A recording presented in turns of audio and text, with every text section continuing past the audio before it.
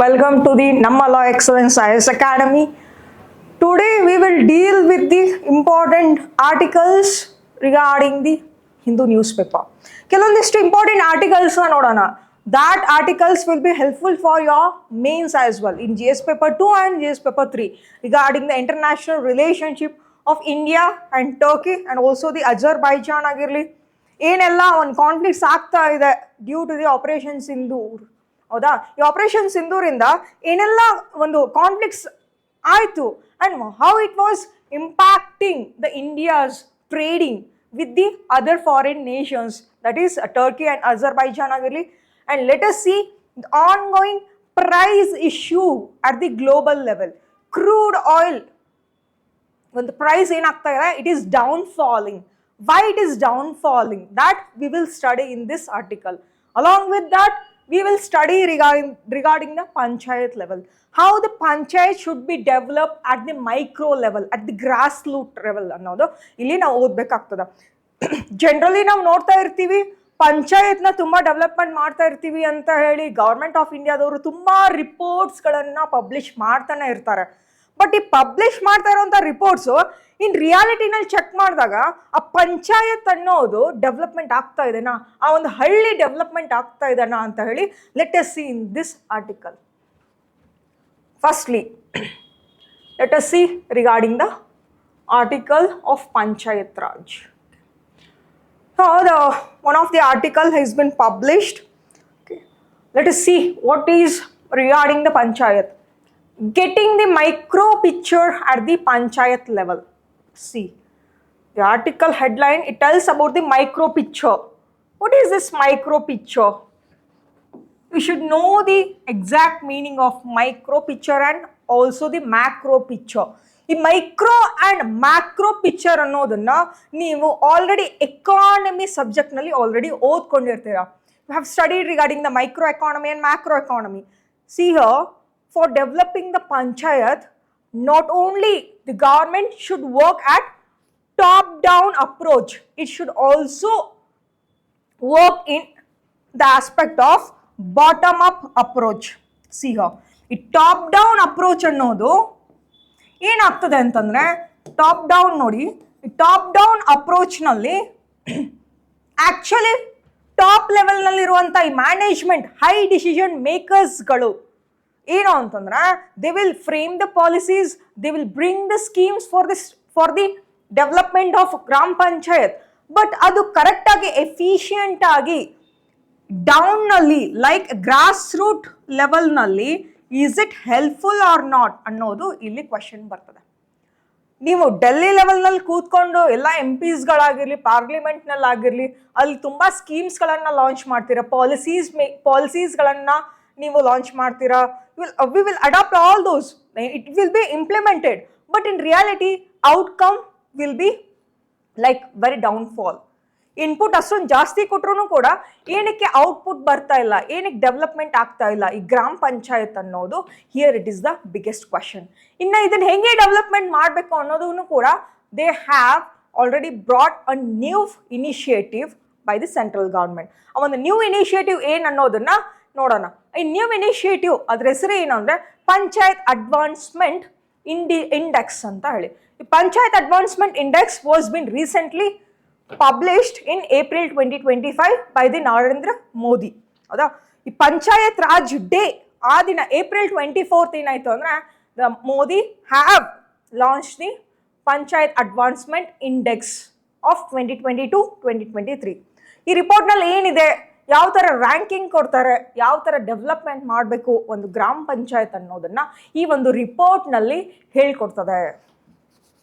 Let us see regarding the article in detail.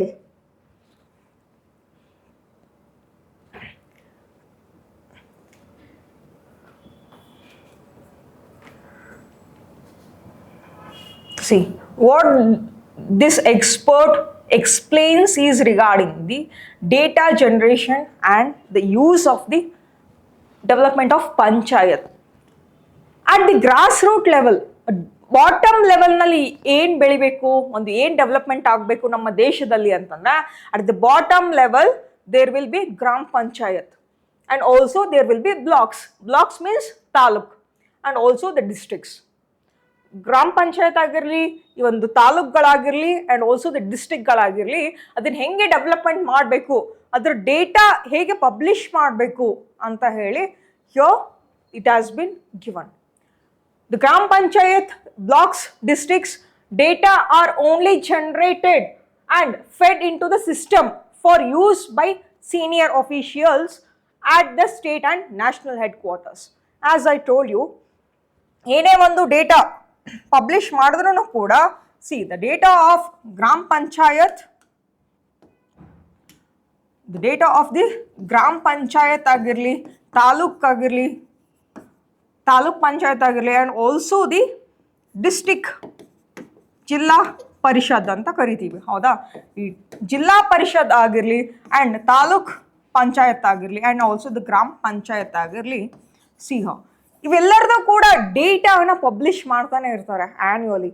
But what ever the data that is been published, that data, whatever it is published, it will be only useful for the high officials.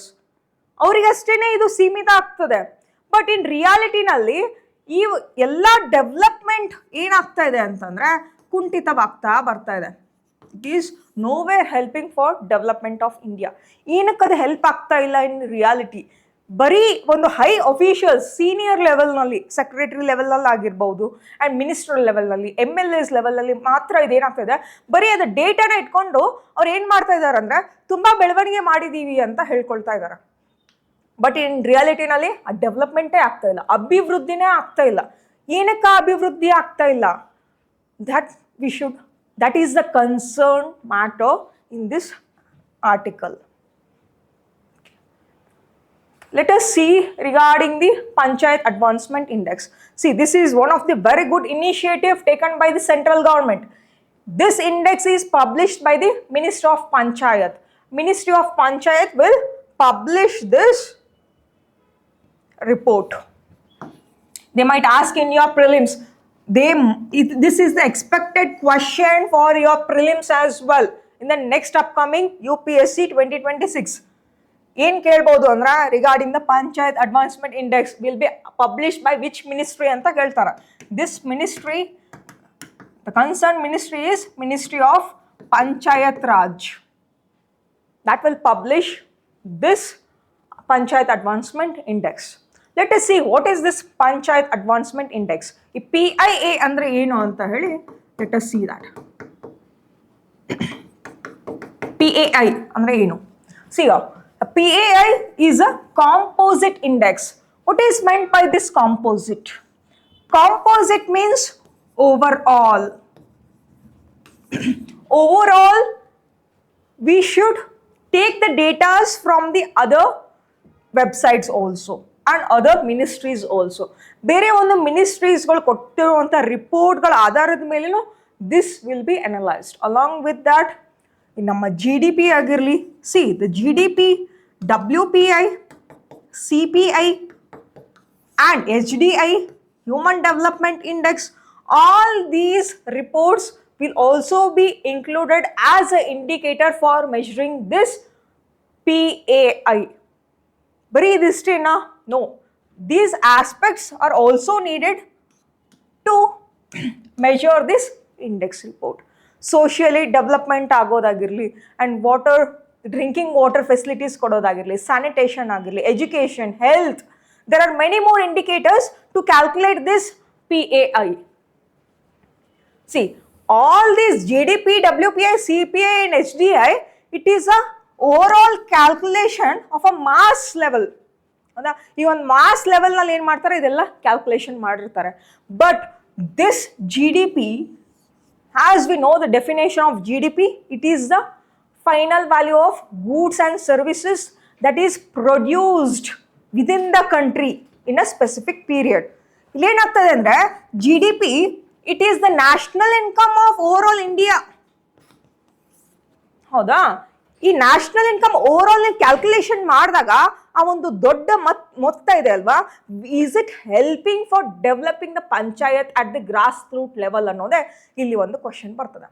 And along with that WPI ಆಗಿರ್ಬೋದು, CPI ಆಗಿರ್ಬೋದು, wholesale price index, consumer price index, ಇದೆಲ್ಲರದ್ದು base ನೋಡಿ, ಆ base year ತುಂಬ old base ಇಯರ್ನ use ಮಾಡ್ಕೊಳ್ತಾ ಇದ್ದೀವಿ till ನಾವು. For GDP we are using the base year as 2011 and 2012 ಆಗಿರಲಿ. WPI CPI ಇದು ನೋಡಿ 2012 ಆಗಿರಲಿ, 2012 ಆ್ಯಂಡ್ ಆಲ್ಸೋ 2011 ಆ್ಯಂಡ್ 12 ಈ ಥರ ಆಗ್ತದೆ, ಹೌದಾ? ಈ ಥರ ನಾವು ಓಲ್ಡ್ ಡೇಟಾನ ಯೂಸ್ ಮಾಡ್ಕೊಂಡಾಗ that comparison of this base year for today's 2025 it is having a lot of difference. ಈ ಒಂದು ಡಿಫ್ರೆನ್ಸ್ ತುಂಬ ಕಾಣ್ತಾ ಇದೆ. ಬಟ್ ಆ ರಿಯಾಲಿಟಿನಲ್ಲಿ ಡೆವಲಪ್ಮೆಂಟ್ಗೆ ಈ base year that is helping or not ಅನ್ನೋದೇ ಇಲ್ಲಿ question. It is not helping actually. ನೀವು ಏನೇ ಪಬ್ಲಿಷ್ ಮಾಡಿದ್ರೂ ಕೂಡ ಗ್ರಾಸ್ ರೂಟ್ನಲ್ಲಿ ಪಂಚಾಯತ್ ಆಗಿರಲಿ, ಗ್ರಾಮ ಪಂಚಾಯತ್ ಆಗಿರಲಿ, ತಾಲೂಕ್ ಪಂಚಾಯತ್ ಆಗಿರಲಿ, ಡಿಸ್ಟ್ರಿಕ್ಟ್ ದಟ್ ಈಸ್ ಜಿಲ್ಲಾ ಪರಿಷತ್ ಆಗಿರಲಿ, ಅಲ್ಲಿ ತುಂಬ ಇನ್ನೂ ಡೆವಲಪ್ಮೆಂಟ್ ಆಗ್ತಾ ಇಲ್ಲ, ಇನ್ನೂ ಅಭಿವೃದ್ಧಿ ಆಗ್ತಾ ಇಲ್ಲ. Even though the GDP growth is higher, ಹೌದಾ? And also HDI, Human Development Index, whatever the three indicators we are using to measure the Human Development Index as the health ಆಗಿರಲಿ and the standard of living ಆಗಿರಲಿ, education ಆಗಿರಲಿ, these are the indicators we are using to calculate the HDI. Is it helping for development of Gram Panchayat? No, it is least helping for development of Panchayat Raj. And ಇದೆಲ್ಲವನ್ನ ಕೂಡ ನಾವು grass ರೂಟ್ನಲ್ಲಿ development ಮಾಡೋಕೆ the government of India, the central government have launch the panchayat advancement index. Grass ರೂಟ್ನಲ್ಲಿ, grass ಲೆವೆಲ್ನಲ್ಲಿ ನಾವು ಏನು ಮಾಡಬೇಕು ಅಂತಂದರೆ ಡೆವಲಪ್ಮೆಂಟ್ ಆಗಲಿಕ್ಕೆ ಕೆಲವೊಂದಿಷ್ಟು ಮೆಷರ್ಸ್ನ ಕೂಡ ತಗೊಂಡಿದ್ದಾರೆ. Along with that there are different indicators for measuring this index. See, PAI is a composite index. As I told you, it is the overall calculation of several indices. Along with that, it is designed to assess the performance and progress of Gram Panchayat. Individual ಗ್ರಾಮ ಪಂಚಾಯತ್, ನಮ್ಮ ದೇಶದಲ್ಲಿರುವಂಥ individual ಗ್ರಾಮ ಪಂಚಾಯತ್ಗಳನ್ನು ಅಲ್ಲಿ ಏನೇನು development ಆಗಬೇಕು, ಇನ್ನು ಎಲ್ಲಿ ಯಾವ ಒಂದು ಸೆಕ್ಟರ್ನಲ್ಲಿ ಅದು ಲೀಡಿಂಗ್ ಇದೆ, ಯಾವ ಒಂದು ಸೆಕ್ಟರ್ನಲ್ಲಿ ಅದು ಲ್ಯಾಗಿಂಗ್ ಇದೆ ಅನ್ನೋದನ್ನು ತಿಳ್ಕೊಂಡು ಅಲ್ಲಿ ಸ್ಪೆಸಿಫಿಕ್ ಆಗಿ ಆ ಗ್ರಾಮ ಪಂಚಾಯತ್ನಲ್ಲಿ ಏನೇನು ಬೇಕು ಅನ್ನೋದನ್ನು it will just give the performance and also it will help to progress that each grama panchayats in our country. ಪ್ರತಿಯೊಂದು ಹಳ್ಳಿನೂ ಕೂಡ ಅಭಿವೃದ್ಧಿ ಮಾಡ್ಬೋದು with the help of this index. That is a very good initiative. The next, see here, it is overall across the India, it will calculate for each Gram Panchayat. Along with that, it will use the socio-economic indicators as well, identifies development gaps and support evidence-based planning. And it will also take the report from the Niti Aayog also. ನೀತಿ ಆಯೋಗನ ರಿಪೋರ್ಟ್ಸ್ಗಳು like ಪಾಲಿಸೀಸ್ಗಳನ್ನಾಗಿರಲಿ, ಸ್ಕೀಮ್ಸ್ಗಳನ್ನಾಗಿರಲಿ, ಅದೆಲ್ಲವನ್ನ ತಗೊಂಡು calculate ಮಾಡ್ತದೆ ಎಷ್ಟು ಅಭಿವೃದ್ಧಿ ಆಗಿದೆ ಪ್ರತಿಯೊಂದು ಗ್ರಾಮ ಪಂಚಾಯತ್ ಲೆವೆಲಲ್ಲಿ ಅಂತ ಹೇಳಿ. And let us see the ranking how it will give for the ಗ್ರಾಮ panchayats. Performance categories of Gram Panchayat. Let us see the performance of the Gram Panchayats. See, based on their PAI and the thematic scores, Gram Panchayats are classified into 5 performance categories. These are the several categories that is distinguished for giving the ranking for the Gram Panchayats. ಆ ಒಂದು particular ಗ್ರಾಮ ಪಂಚಾಯತ್ ಒಂದು particular ಆಗಿ ಒಂದು specific ಹಳ್ಳಿ ಅಂತ ತಗೊಂಡಾಗ ಆ ಹಳ್ಳಿಯಲ್ಲಿ ತುಂಬ ಅಭಿವೃದ್ಧಿ ಆಗ್ತಾ ಇದೆ. ಕುಡಿಯೋದಕ್ಕೆ ನೀರಿದೆ, ಡ್ರಿಂಕಿಂಗ್ ವಾಟರ್ ಫೆಸಿಲಿಟಿ ಇದೆ, ಎಲೆಕ್ಟ್ರಿಸಿಟಿ ಇದೆ, ಆ್ಯಂಡ್ ರೋಡ್ಸ್ಗಳಿದೆ, and also the schools are available there and public library facilities are there. ಈ ಥರ there are several indicators, several subjects that you have studied in the Panchayat chapter. There are round about 29 subjects in the Panchayat Raj. ಈ 29 ಲಿಸ್ಟನ್ನು ತಗೊಂಡಾಗ ಅಲ್ಲಿ ಎಲ್ಲವೂ ಕೂಡ ತುಂಬ ಜಾಸ್ತಿ ಒಳ್ಳೆ ಅಭಿವೃದ್ಧಿ ಆಗ್ತಾ ಇದೆ ಇನ್ ಸೆವ್ರಲ್ ಸೆಕ್ಟರ್ಸ್ ಅಂತ ಬಂದರೆ ಆ ಒಂದು ಸಬ್ಜೆಕ್ಟ್ಸ್ನಲ್ಲಿ ತುಂಬ ಅಚೀವ್ಮೆಂಟ್ ಆಗಿದೆ ಅಂತಂದರೆ they will give the 90+ points for that gram panchayat. It is a well developed gram panchayat ಅಂತ ಹೇಳಿ ಅರ್ಥ. It is a well developed gram panchayat. Next, front runners anta bartade. There they will get the points if that gram panchayat is getting the points round about 75 to 89.99, then it is in a second rank. The next is these performance based, it is like average kind, and aspirants and for the beginners. This is the least developed gram panchayats that will be ranked as a beginners. ತುಂಬಾ ಹಿಂದುಳಿದಿರಂತ ಹಳ್ಳಿಗಳು, ತುಂಬಾ ಹಿಂದೆ ಉಳಿದಿರುವಂತ ಈ ಗ್ರಾಮ ಪಂಚಾಯತ್ಗಳು, ಅಲ್ಲಿ ಜಾಸ್ತಿ ಏನು ಮಾಡಬೇಕು, ನಾವು ಫೋಕಸ್ ಮಾಡಿ ಅಲ್ಲಿ ನಾವು ಡೆವಲಪ್ಮೆಂಟ್ ಮಾಡಬೇಕು. ಈ ಹಿಂದುಳಿದ ಬ್ಯಾಕ್ವರ್ಡ್ ಡಿಸ್ಟ್ರಿಕ್ಟ್ಸ್ಗಳಂತ ಇರ್ತವೆ. ಈ ಬ್ಯಾಕ್ವರ್ಡ್ ಡಿಸ್ಟ್ರಿಕ್ಟ್ಸ್ಗಳನ್ನು ನೋಡಿ, ಕೆಲವೊಂದಿಷ್ಟು ಸ್ಟೇಟ್ಸ್ಗಳಲ್ಲಿ ತುಂಬ ಇನ್ನೂ ಬ್ಯಾಕ್ವರ್ಡ್ ಡಿಸ್ಟ್ರಿಕ್ಟ್ಗಳು ಇರ್ತವೆ. ಲೈಕ್ ಕಲಬುರ್ಗಿ ಆಗಿರಲಿ, ಹೌದಾ, ಇನ್ ಕರ್ನಾಟಕ ಅಂತ ಬಂದಾಗ there are several districts also in Karnataka. Specifically they will mention, they will just pick up these backward districts and they will just bring that aspirational development, district aspirational development anta kariತೀವಿ, district aspirational programs. These district aspirational programs that will help to develop that each particular states, particular districts as well. ಈ particular districts ಗಳನ್ನ ನಾವು ಏನು ಮಾಡ್ಬೋದು, development ಮಾಡ್ಬೋದು. ಅದೇ ರೀತಿ ಈಗ PIA is also helping for developing the backward ಗ್ರಾಮ ಪಂಚಾಯತ್ಸ್. ಹೌದಾ, ತುಂಬ ಹಿಂದೆ ಉಳಿದಿರುವಂಥ ಗ್ರಾಮ ಪಂಚಾಯತಿಗಳನ್ನು ಅಪ್ಲಿಫ್ಟ್ ಮಾಡೋದು, ತುಂಬ ಡೆವಲಪ್ಮೆಂಟ್ ಮಾಡೋದು, ಒಂದು ಮಾದರಿ ಗ್ರಾಮ ಪಂಚಾಯತ್ನಾಗಿ ಅದನ್ನು ದೇಶಕ್ಕೆ ಕೊಡುಗೆಯಾಗಿ ಕೊಡೋದೇ ಈ ಒಂದು PIAದು ಕರ್ತವ್ಯ. Let us see the article now. C, this is very important. Let us see in detail regarding the PAI. See, this PAI has been a baseline report. Okay, this PAI, Panchayat Advancement Index baseline report of 2020 to 2023, that is officially released on in the year 2025 of this April, and it has been published by the Ministry of Panchayat Raj. As I told you, very important ಏನು ಅಂತಂದ್ರೆ, if they ask you in your mains regarding what is the measures needed or what are the measures taken by the government of India in order to improve the Panchayat Raj ಅಂತ ಹೇಳಿದಾಗ, you should mention regarding the PAI as well, Panchayat Advancement Index. ಈ ಥರ 2025 ಏಪ್ರಿಲ್ನಲ್ಲಿ ಅದನ್ನ publish ಮಾಡಿದ್ರು. It is been published by the ministry of panchayat Raj. And what is the aim of this Panchayat Raj? That you should mention in your mains answer writing. And along with that, see here, along with this Panchayat Advancement Index, this has given a report of round about 2.16 lakh gram panchayats. See, it has analyzed 2.16 lakh gram panchayats. ನಮ್ಮ ದೇಶದಲ್ಲಿ ಇರುವಂಥ ಲಕ್ಷಾಂತರ ಒಂದು ಗ್ರಾಮ ಪಂಚಾಯತ್ಗಳಿದೆ. Round about 5 lakh to 6 lakh ಗ್ರಾಮ panchayats are there. ಅದರಲ್ಲಿ 2.16 lakh ಗ್ರಾಮ ಪಂಚಾಯತ್ಸ್ಗಳನ್ನ ಅನಲೈಸ್ ಮಾಡಿದೆ.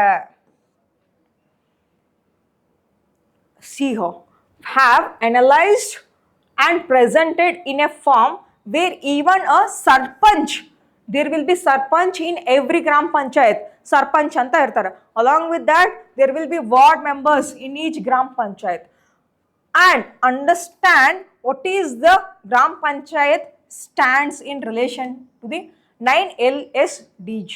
See, it is a sustainable development goal, localized sustainable development goal anta kariತೀವಿ. Sustainable development goal, you have know the regarding the measures to improve the sustainable development goal. ಈ localized ಅಂತ ಅಂದ್ರೆ ಏನು, local ನಲ್ಲಿ ಇರುವಂತ ಗ್ರಾಮ ಪಂಚಾಯತ್ಗಳನ್ನ based on these sustainable development goal ಅದನ್ನ ಹೇಗೆ ಇಂಪ್ರೂವ್ಮೆಂಟ್ ಮಾಡಬೇಕು ಅನ್ನೋದು they have analysed. And round about till now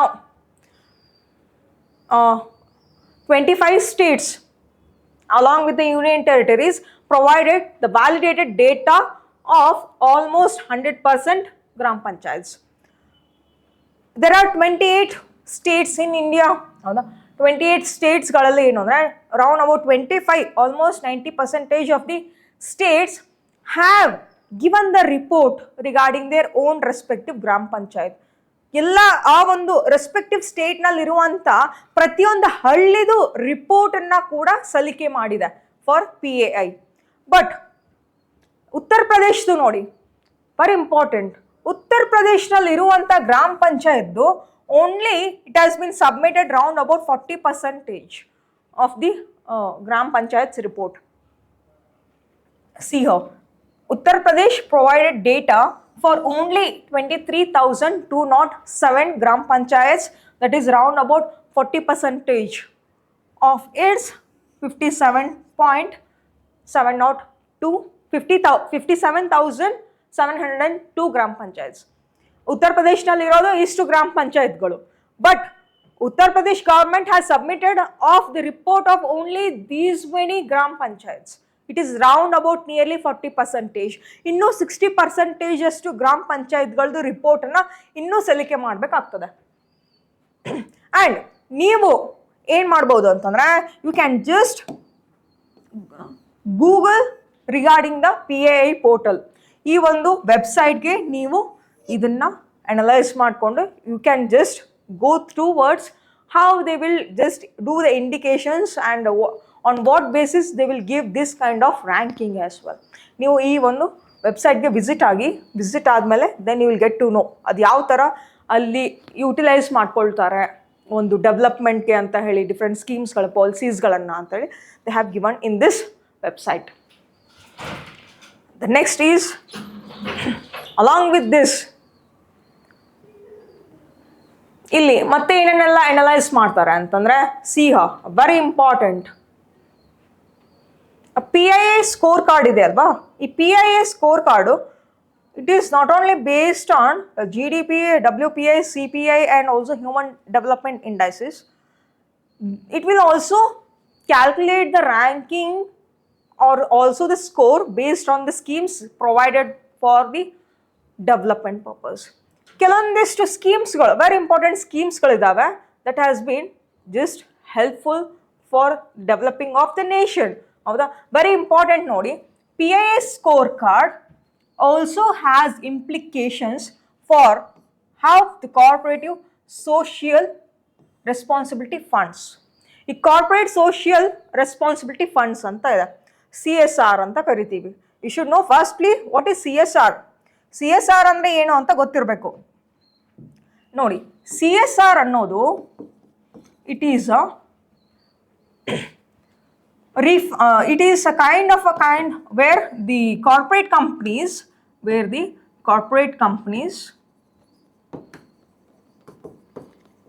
will give a donations. The CSR ಅಂದರೆ ನೋಡಿ ಕಾರ್ಪೊರೇಟ್ ಸೋಷಿಯಲ್ ರೆಸ್ಪಾನ್ಸಿಬಿಲಿಟಿ. ಇದೇನಂದರೆ it will act according to the companies act. ಒಂದು company act ಅಂತ ಇದೆ, ಕಂಪನೀಸ್ ಆ್ಯಕ್ಟ್. ಈ ಕಂಪನೀಸ್ ಆ್ಯಕ್ಟ್ 2013 ಪ್ರಕಾರ there is a specific section for that. Okay, ಯಾವುದು section ಅನ್ನೋದು it is not necessary. According to this companies act 2013, the corporate companies, the specific corporate companies who are eligible for donating the money, donating the funds, they can help the society. ಕೆಲವೊಂದಿಷ್ಟು corporate ಕಂಪ್ನೀಸ್ಗಳು ಏನು ಮಾಡ್ತವೆ ಅಂದರೆ ಅವರ ಒಂದು ಪ್ರಾಫಿಟ್ನಲ್ಲಿ 2% of the profit should be utilized or should be given as a donation for development of society. Environmental ಪ್ರೊಟೆಕ್ಷನ್ಗಂತ ಇರ್ಬೋದು, and also for health education ಅಂತ ಆಗಿರಲಿ, ಹಾಸ್ಪಿಟಲ್ಸ್ಗೆ ಡೊನೇಷನ್ಸ್ನ ಕೊಡೋದಾಗಿರಲಿ. Through the NGO they can help this for development purpose. CSR ನೋಡಿ, who are having the around about turnover more than 500 crores ಆಗಿರಲಿ, or profit of more than 5 crores ಆಗಿರಲಿ.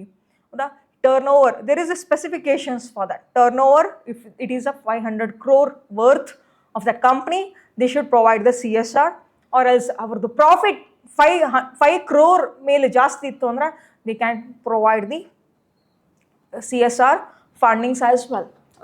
ಈ ಥರ ಅವರ ಒಂದು ಪ್ರಾಫಿಟ್ನಲ್ಲಿ ವಿದಿನ್ ದ ಪ್ರಾಫಿಟ್ ಆಫ್ 2% ನೋಡಿ 2% ಪ್ರಾಫಿಟ್ನ they should provide for the CSR.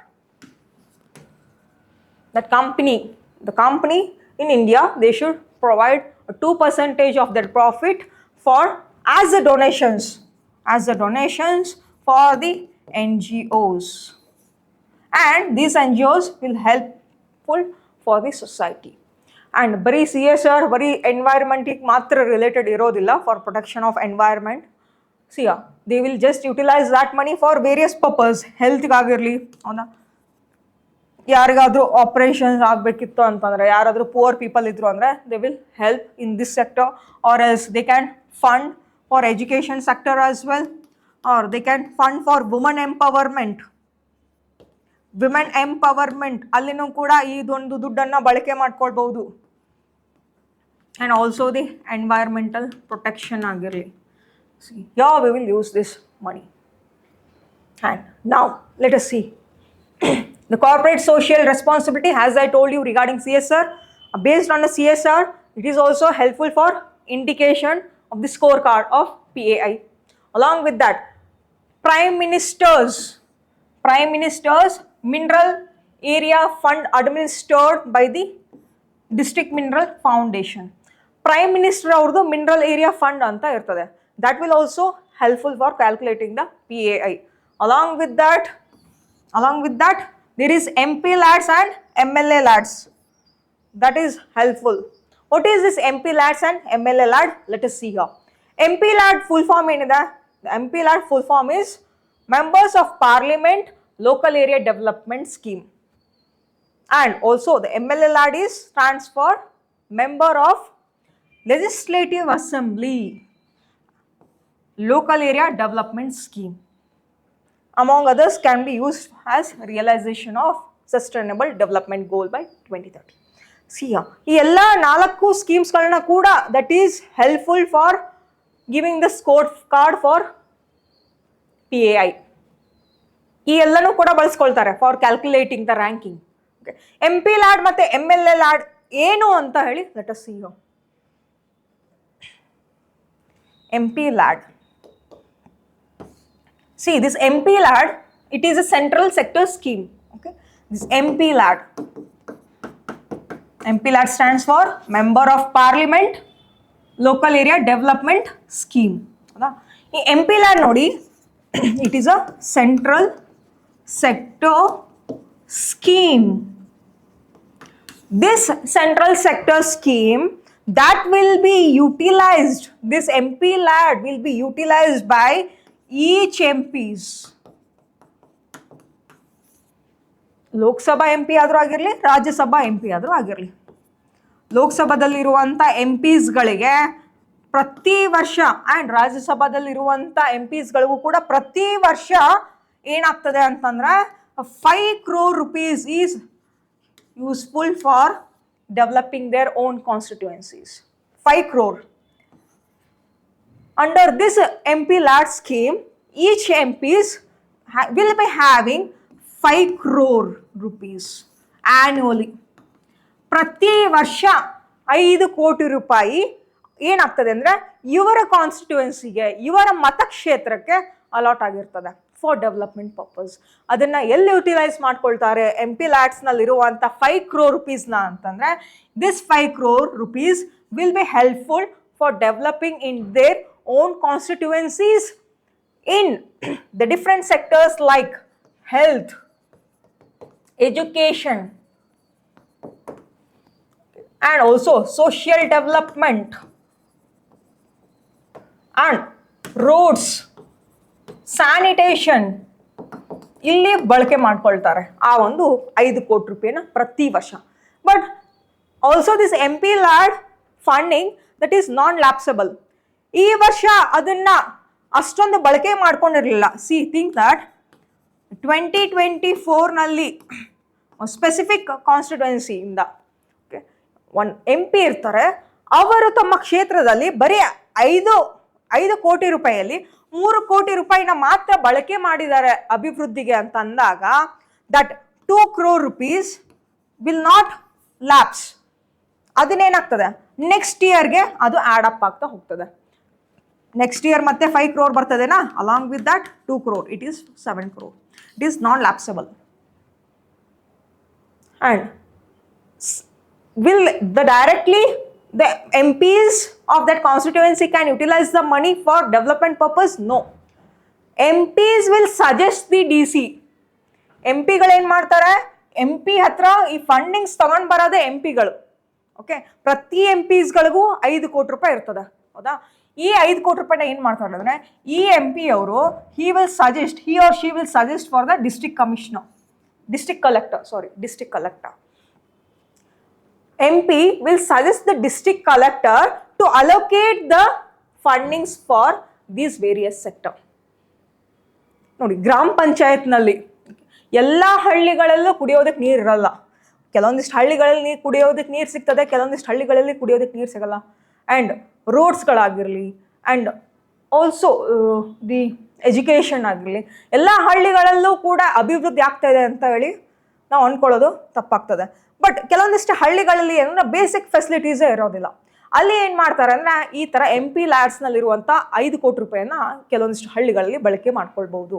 Okay, ಯಾವ್ದ್ಯಾವುದು ಅಲ್ಲಿ ಕುಡಿಯೋದಕ್ಕೆ ನೀರು ಇರಲ್ವೋ, ಅಥವಾ ಎಲೆಕ್ಟ್ರಿಸಿಟಿನೋ, ಆರ್ ಎಲ್ಸ್ ರೋಡ್ಸ್ಗಳು ಕನ್ಸ್ಟ್ರಕ್ಷನ್ ಆಗಿರಲಿ, ಕೆನಾಲ್ಸ್ಗಳ ಕನ್ಸ್ಟ್ರಕ್ಷನ್ ಆಗಿರಲಿ, and housing for the homeless people ಆಗಿರಲಿ, ಅಲ್ಲಿ ಈ ದುಡ್ಡನ್ನು ಬಳಕೆ ಮಾಡ್ಕೊಳ್ಬೋದು.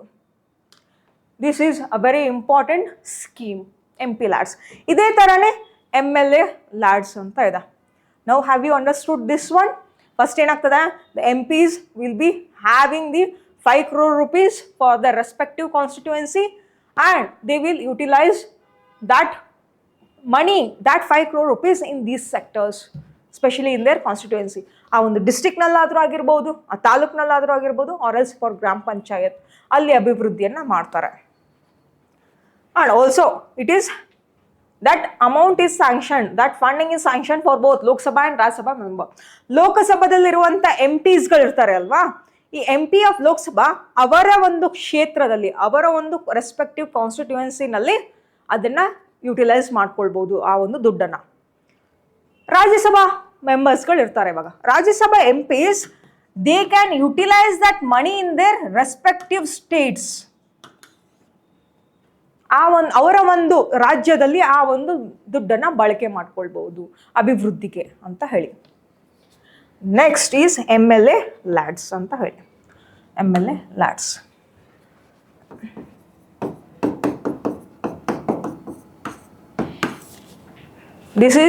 this funding will be utilized by the MLAs of the constituencies. MLAsಗಳು ಇರ್ತಾರೆ, ಆವಾಗಲೇ MPs ಅಂತ ಹೇಳಿದೆ, ಇವಾಗ MLAsಗಳು. These MLAs can utilize that fundings, can utilize the funds for the development purpose. The same ಅದೇ ಥರಾನೇ ಇಲ್ಲಿನೇ ಏನು ಮಾಡ್ತಾರೆ ಅಂದರೆ MLAsಗಳು ಬಳಕೆ ಮಾಡ್ಕೊಳ್ಬೋದು. ಬಟ್ ಇಲ್ಲಿ 5 ಕೋಟಿ ರೂಪಾಯಿ ಮೀಸಲು ಇರಲ್ಲ ಎಲ್ಲ MLAsಗಳಿಗೂ. It differs, it varies. ಆ ಒಂದು MLAsಗಳಿಗೆ ಆ ಫಂಡಿಂಗ್ಸ್ ಅನ್ನೋದು that will vary from one state to other state. MLAs highest fundings ಯಾರಿಗೆ ಜಾಸ್ತಿ ಇದೆ ಅಂತಂದರೆ, the highest funding of this MLA LAD ಯಾರಿಗೆ ಜಾಸ್ತಿ ಇದೆ? Highest funding of MLA LADS for which state is? For the Uttar Pradesh. Uttar ಪ್ರದೇಶ್ನಲ್ಲಿರುವಂಥ MLAsಗಳಿಗೆ ಜಾಸ್ತಿ ಫಂಡಿಂಗ್ಸ್ನ ನೀಡ್ತಾರೆ. Because it is like a backward, some of the constituencies are so backward and it is so density in population. ಅದಕ್ಕೆ ಏನಂದರೆ ಜಾಸ್ತಿ allocation ಆಗಿರುತ್ತೆ ಫಂಡಿಂಗ್ಸ್ಗಳು. Round about like 7 crore rupees. It varies, ಹೌದಾ? ಒಂದು ಕರ್ನಾಟಕದ MLAಗಳಿಗೆ ಇರುವಂಥ ಈ ಒಂದು MP ಲ್ಯಾಡ್ ಕಡಿಮೆ ಇರ್ತದೆ. ಆ್ಯಂಡ್ ಫಾರ್ ಕೇರಳ ಈ ಥರ it will vary for one state to other state MLAs fundings. ಇವರು ಕೂಡ ಪ್ರತಿ ವರ್ಷ they can utilise for developing their own constituencies. This is helpful for your exams. ಇವಾಗ ನೋಡಿ ಈ ಆರ್ಟಿಕಲ್ನಲ್ಲಿ PIA ಇಂಡಿಕೇಟರ್ಗೆ ಇವೆಲ್ಲ ಸ್ಕೀಮ್ಸ್ಗಳನ್ನು we will utilise for scoring the ranks of PAI. ಈ PAI ಸ್ಕೋರ್ ಕಾರ್ಡ್ಗೆ ರ್ಯಾಂಕಿಂಗ್ ಕೊಡೋದಕ್ಕೆ ಇವುಗಳನ್ನ ಕೂಡ ನಾವು ಬಳಕೆ ಮಾಡ್ಕೊಳ್ತೀವಿ. And we know that sustainable development goal ಅದನ್ನು ರೀಚ್ ಮಾಡೋದು it is by the end of 2030. ನಮ್ಮದು ಟಾರ್ಗೆಟ್ ಇದೆ. Sustainable development goal target is by end of 2030 we should be developed in various sectors, and there is a need for analysis now. See, need for analysis ಏನು ಹೇಳ್ತದೆ? There is an urgent need to provide trained data analysts at the block and district level who can prepare and provide regular report cards for various stakeholders. ನೀವು since from 2012 ನೋಡ್ತಾ ಬರ್ತಾ ಇದ್ದೀರಾ. Since from 2012 ಏನಾಗ್ತಾ ಇದೆ ಅಂತಂದರೆ you are just seeing the reports of various ministries. ಹೌದಾ, ರಿಪೋರ್ಟ್ಸ್ಗಳನ್ನ ನೋಡ್ತಾ ಇದ್ದೀರಾ. From 2012 government of India is publishing the report of various ministries. ಪ್ರತಿಯೊಂದು ಈಚ್ ಮಿನಿಸ್ಟ್ರಿ ರಿಪೋರ್ಟ್ಗಳನ್ನು ಕೂಡ ಪಬ್ಲಿಷ್ ಮಾಡ್ತಾನೆ ಇದೆ ಆ್ಯನ್ಯುವಲಿ. ಹೌದಾ, ಈ ಈಚ್ ಮಿನಿಸ್ಟ್ರಿ ರಿಪೋರ್ಟ್ನ ಪಬ್ಲಿಷ್ ಮಾಡ್ತಾ ಇದೆ ಆ್ಯನ್ಯುವಲಿ ಅಂತ ಅಂದಾಗ it will be having the report will be in hundreds of pages. PDFsನೆಲ್ಲ ನೀವು ಡೌನ್ಲೋಡ್ ಮಾಡ್ಕೊಂಡು ನೋಡಿದಾಗ it will be more than 100 pages. ಅದು ಏನಾಗ್ತದೆ ಅಂದರೆ that report is difficult for the common people to understand. ಹೌದಾ, it is very complex in nature. Common ಪೀಪಲ್ಗೆ ಇದು ಅರ್ಥನೇ ಆಗೋದಿಲ್ಲ. ಈಚ್ ಮಿನಿಸ್ಟ್ರಿ ರಿಪೋರ್ಟ್ಗಳು, ನೀವು ಯಾವುದೇ ಮಿನಿಸ್ಟ್ರಿ ರಿಪೋರ್ಟ್ನ ತಗೊಳ್ಳಿ, ರೋಡ್ ಆ್ಯಂಡ್ ಟ್ರಾನ್ಸ್ಪೋರ್ಟೇಷನ್ ಆಗಿರಲಿ, ಮಿನಿಸ್ಟ್ರಿ ಆಫ್ ಫಿನಾನ್ಸ್ದಾಗಿರಲಿ, ಅಥವಾ ನಮ್ಮ GDPದು ರಿಪೋರ್ಟ್ ಆಗಿರಲಿ, GSDP ರಿಪೋರ್ಟ್ ಆಗಿರಲಿ, those are very complex in nature to understand for the common people. ಅದಕ್ಕೆ ಏನು ಮಾಡ್ತಾ ಇದೆ ಅಂದರೆ this PAI will help to understand for the common people regarding the report. ಆ ಒಂದು ಕಾಮನ್ ಪೀಪಲ್ ಅಂಡರ್ಸ್ಟ್ಯಾಂಡ್ ಆಗಬೇಕು, ನಮ್ಮ ಡಿಸ್ಟ್ರಿಕ್ಟ್ ಎಷ್ಟು ಅಭಿವೃದ್ಧಿ ಆಗಿದೆ, ನಮ್ಮ ಒಂದು ಗ್ರಾಮ ಪಂಚಾಯತ್ ಎಷ್ಟು ಅಭಿವೃದ್ಧಿ ಆಗಿದೆ, ನೆಕ್ಸ್ಟ್ ಇಯರ್ ಇನ್ನೂ ಎಷ್ಟು ಅಭಿವೃದ್ಧಿ ಮಾಡ್ತಾರೆ ಅನ್ನೋದು common people will understand by this report. ಅವರ ಗ್ರಾಮ ಪಂಚಾಯತ್, ಅವರ ಒಂದು ತಾಲೂಕ್ ಪಂಚಾಯತ್, ಅವರ ಒಂದು ಜಿಲ್ಲಾ ಪರಿಷತ್ ಎಷ್ಟು ಡೆವಲಪ್ಮೆಂಟ್ ಆಗ್ತಾ ಇದೆ, ಯಾವ ರ್ಯಾಂಕಿಂಗ್ನಲ್ಲಿದೆ ಅನ್ನೋದು ಎಲ್ಲ ಪ್ರತಿಯೊಂದು ಕಾಮನ್ ಪೀಪಲ್ಗೆ ಅಂಡರ್ಸ್ಟ್ಯಾಂಡ್ ಆಗಲಿ ಅಂತ ಹೇಳಿ that is why this PAI analysis score card is important. ಪ್ರತಿ ವರ್ಷ ಹೇಳ್ತಾನೆ ಇರ್ತೀವಿ ನಾವು. ಹೌದಾ, ಕೆಲವೊಂದಿಷ್ಟು ನೋಡಿ ಗ್ರಾಮ ಪಂಚಾಯತ್ನಲ್ಲಿ 5 ವರ್ಷಕ್ಕೊಮ್ಮೆ ಏನೋ ಅಂದ್ರೆ ಈ ಕ್ಯಾಂಡಿಡೇಟ್ಸ್ಗಳು, ಕಾಂಟೆಸ್ಟೆಂಟ್ಸ್ಗಳು ಬರ್ತಾರೆ, ಕೈ ಮುಗಿದು ಹೋಗ್ತಾರೆ, and they will tell that ನಾವು ಅಭಿವೃದ್ಧಿಯನ್ನು ಮಾಡ್ತೀವಿ ನಿಮ್ಮ ಒಂದು ಹಳ್ಳಿಯನ್ನು ಅಂತ ಹೇಳೋಗ್ತಾರೆ. ಬಟ್ ಇನ್ ರಿಯಾಲಿಟಿ ಆ ಹಳ್ಳಿಗೆ 5 ವರ್ಷಕ್ಕೊಮ್ಮೆ ಬರೋರು ಮತ್ತೆ 5 ವರ್ಷ ಆದಮೇಲೆ ಬರೋರು, ಅಲ್ಲಿ ಏನೋ ಅಭಿವೃದ್ಧಿ ಆಗಿರೋದೇ ಇಲ್ಲ. ಈ ಥರ ಆಗಲೇಬಾರ್ದು ಅಂತ ಹೇಳಿ ಪ್ರತಿ ವರ್ಷ ನಿಮ್ಮ ಪ್ರತಿಯೊಂದು ಹಳ್ಳಿಯಲ್ಲೂ ಏನು ಡೆವಲಪ್ಮೆಂಟ್ ಆಗಿದೆ, ಎಷ್ಟು ಅಲೋಕೇಶನ್ ಆಗಿದೆ ದುಡ್ಡು, ಆ fundings for your each respective ಗ್ರಾಮ ಪಂಚಾಯತ್ ಅನ್ನೋದು ಗೊತ್ತಾಗ್ತದೆ. ಎಷ್ಟು ಅಭಿವೃದ್ಧಿ ಆಗಿದೆ, ಔಟ್ಪುಟ್ ಎಷ್ಟಿದೆ, ಇನ್ಪುಟ್ ಎಷ್ಟಿದೆ, both it will give the score card year of each gram panchayat. Each gram panchayat ರಿಪೋರ್ಟನ್ನು ಕೊಡ್ತದೆ. That is why it is important. Grass ರೂಟ್ನಲ್ಲಿ ಇದು ಹೆಲ್ಪ್ ಮಾಡ್ತದೆ to understand where that gram panchayat standing in which ranking ಅಂತ ಹೇಳಿ. This is one of the major development taken by the Panchayat Raj ministry. ತುಂಬ important article. This is regarding the overall analysis of gram panchayat article. The next one is regarding the ongoing oil prices tension. That will come under GS paper 2. And see how this oil prices will impact the India's economy. Oil prices ಏನಾಗ್ತಾ ಇದೆ ಅಂತಂದ್ರೆ recently the oil prices at the global level it is down falling. Global ಲೆವೆಲಲ್ಲಿ ಏನಾಗ್ತಾ ಇದೆ, crude oil price ಏನಾಗ್ತಾ ಇದೆ, ಕಡಿಮೆ ಆಗ್ತಾ ಬರ್ತಾ ಇದೆ. Is it impacting on India? Is it positively impacting or negatively impacting? That we should analyse in this topic.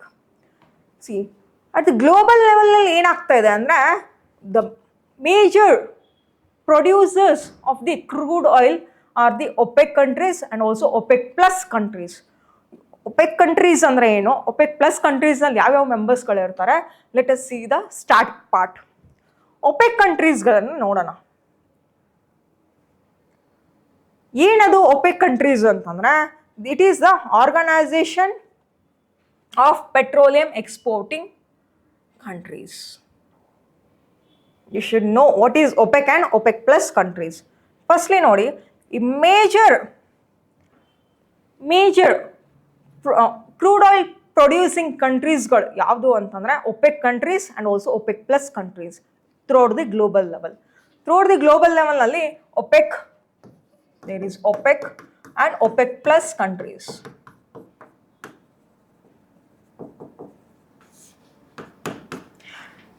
OPEC stands for Organization of Petroleum Exporting Countries.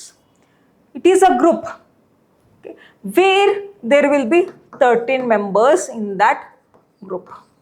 13 member countries. There are 13 member countries in the OPEC.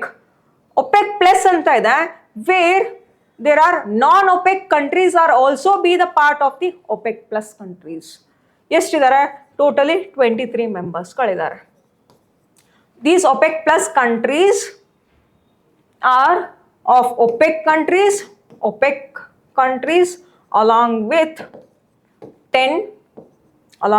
10 countries as well. See, OPEC countries nalli 13 members ಗಳಿದ್ದಾರೆ. OPEC plus countries nalli there are 23 member countries. And this OPEC plus countries stands as totally the 13 countries plus 10 countries, that is a total overall OPEC plus countries. Okay, this OPEC plus countries was established in 2016 and it is headquartered in Vienna, that is in Austria, and totally there are 23 countries that are the member countries of OPEC plus. OPEC plus ಎಷ್ಟಿದ್ದಾರೆ? 23, and OPEC ನಲ್ಲಿರೋದು 13 member countries. Totally if we count, it is 23 members. And OPEC members and OPEC non-OPEC members ಗಳು ನೋಡೋಣ. Non-OPEC means OPEC plus ಅಂತ ಹೇಳಿ. This is OPEC countries and these OPEC members, and this is OPEC plus members. OPEC countries ನಲ್ಲಿ ನೋಡಿ, very important, Iran ಆಗಿರಲಿ, Iraq ಆಗಿರಲಿ, Saudi Arabia, UAE, Venezuela ತುಂಬ major production ಮಾಡ್ತಾ ಇದೆ ಕ್ರೂಡ್ ಆಯಿಲ್. ಆ್ಯಂಡ್ ಇನ್ನು OPEC ಪ್ಲಸ್ ಕಂಟ್ರೀಸ್ ಅಂತ ಬಂದರೆ ರಷ್ಯಾ, ಸೌತ್ ಸುಡಾನ್ ಆಗಿರಲಿ, ಆ್ಯಂಡ್ ಆಲ್ಸೋ ಸೌತ್ ಸುಡಾನ್ ಆಗಿರಲಿ, ಓಮನ್ ಆಗಿರಲಿ, and all these are the OPEC plus countries. They are also included. ನಾವು let us see the article. ಏನಿದೆ article ಅಂತಂದ್ರೆ, here as of this year, that is the financial year 2026 nalli, you can see there is a downfall in the price of the crude oil. There is a downfall. ಏನಾಗ್ತಾ ಇದೆ? Let us see this chart firstly. April 2021 ನೋಡಿ, see till April 2022 it was a rise in the price of each barrel of crude oil. ಇವಾಗ May 2026 ನಲ್ಲಿ ನೋಡಿ, there is a downfall of crude oil price. ಏನಕ್ಕೆ ಇದು downfall ಆಗ್ತಾ ಬರ್ತಿದೆ? Global ಲೆವೆಲ್ನಲ್ಲಿ ತುಂಬ ಕಡಿಮೆ ಏನಕ್ಕೆ ಸಿಗ್ತಾ ಇದೆ ನಮಗೆ ಒಂದು ಕ್ರೂಡ್ ಆಯಿಲ್ ಪ್ರೈಸ್ ಅಂತ ಹೇಳಿ ಲೆಟ್ ಅಸ್ ಸಿ. ಫಸ್ಟ್ಲಿ ಏನಾಗ್ತಾ ಬರ್ತದೆ ಅಂದ್ರೆ, ಡ್ಯೂರಿಂಗ್ ಕೋವಿಡ್ ಟೈಮ್ನಲ್ಲಿ ನೋಡಿ, the price of the crude oil was less because of the lockdown that was implemented by many countries. ಲಾಕ್ಡೌನಿಂದ ಟ್ರಾನ್ಸ್ಪೋರ್ಟೇಷನ್ ಇಲ್ಲ, ಏನೂ ಇಲ್ಲದೆ ಇರೋವಂಥ ಕಾರಣದಿಂದ ತುಂಬ ಏನಾಗ್ತಾ ಇತ್ತು ಅಂದರೆ, ಡಿಮಾಂಡ್ ಇರಲಿಲ್ಲ ಕ್ರೂಡ್ ಆಯಿಲ್ಗೆ. ಡಿಮಾಂಡ್ ಇರಲಿಲ್ಲ ಅಂತಂದರೆ ಪ್ರೈಸ್ ವಿಲ್ ಬಿ ಲೆಸ್. ಅದಕ್ಕೆ ಏನು ಅಂದ್ರೆ, after the Covid once the lockdown was just revert back, ಆ ಒಂದು ಇಂಪೋಸ್ ಮಾಡಿರುವಂಥ ಲಾಕ್ಡೌನ್ನ ತೆಗೆದಾದ್ಮೇಲೆ ಅಲ್ಲಿ ತುಂಬ price of that crude oil was very high. ಸಡನ್ನಾಗಿ ಜಾಸ್ತಿ ಆಯಿತು. ವೈ? ಬಿಕಾಸ್ ಲಾಕ್ಡೌನ್ನ ತೆಗೆದಾದ್ಮೇಲೆ there was lot of transportation ಆಗಲಿ, ಪ್ರೊಡಕ್ಷನ್ ಆಫ್ ಡಿಫ್ರೆಂಟ್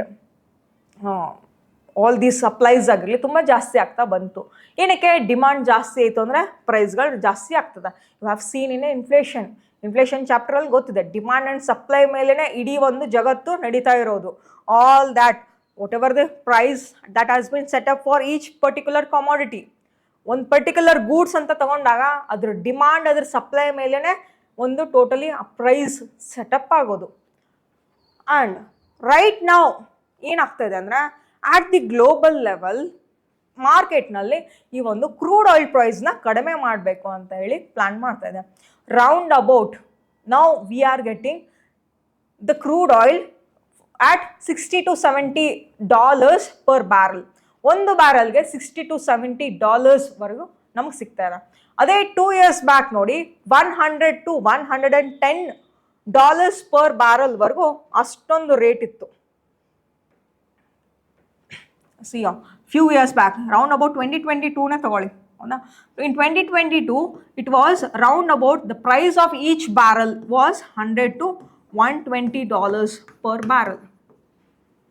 ಇವಾಗ ನಾವು ಇಟ್ ಈಸ್ ಡೌನ್ ಫಾಲಿಂಗ್. ಎಷ್ಟಾಗ್ತಾ ಇದೆ? $60 to $70 ಪರ್ ಬ್ಯಾರಲ್. ಏನಕ್ಕೆ ಇದು ಕಡಿಮೆ ಆಯಿತು? Why they are planning to set up this price at the global level? ಏನಕ್ಕೆ ಪ್ರೊಡಕ್ಷನ್ನ ಜಾಸ್ತಿ ಮಾಡಬೇಕಂತ ಅನ್ಕೊಳ್ತಾ ಇದ್ದಾರೆ? There is a logic behind that. There is a reason behind that.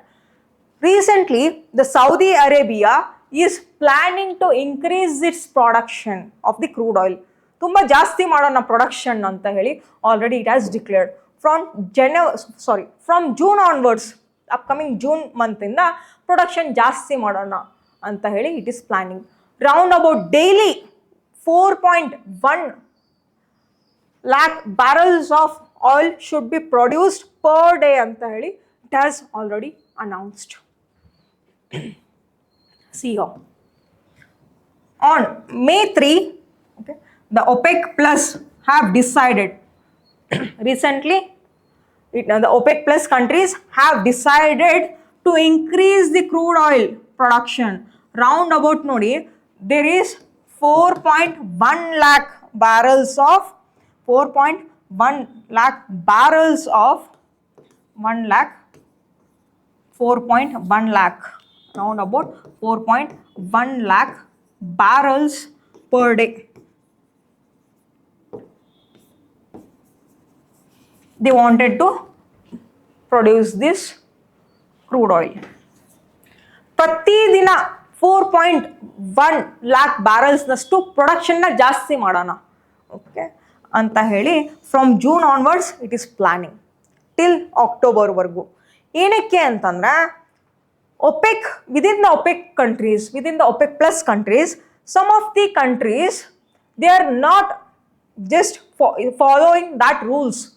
OPEC and OPEC plus countries ನೋಡಿ ಅವುಗಳು ಒಂದು ರೂಲ್ಸ್ ಆ್ಯಂಡ್ ರೆಗ್ಯುಲೇಷನ್ಸ್ನ ಫಾಲೋ ಮಾಡಬೇಕು. That they should produce only this many lack of barrels of production of this crude oil ಅಂತ ಹೇಳಿ ಪ್ರತಿದಿನ ಇಷ್ಟೇ production ಮಾಡಬೇಕು ಅಂತ ಹೇಳಿ ರೂಲ್ಸ್ಗಳು ಇರ್ತದೆ. But some of the countries that is not following those kind of rules here. ಏನು ಮಾಡ್ತಾ ಇದ್ದಾರೆ, ಕೆಲವೊಂದಿಷ್ಟು poor countries in that Gulf countries itself what they are doing is ತುಂಬ ಜಾಸ್ತಿ ಪ್ರೊಡಕ್ಷನ್ ಮಾಡಿಬಿಟ್ಟು ಅವರು ತುಂಬ ಲಾಭ ತೊಗೊಳ್ತಾ ಇದ್ದಾರೆ. That is impacting on various other OPEC countries as well. ಈ ಥರ ಆಗಬಾರ್ದು ಅಂತ ಹೇಳಿ Saudi Arabia along with the OPEC plus countries they have decided to increase the ಪ್ರೊಡಕ್ಷನ್ನ ಜಾಸ್ತಿ ಮಾಡೋಣ.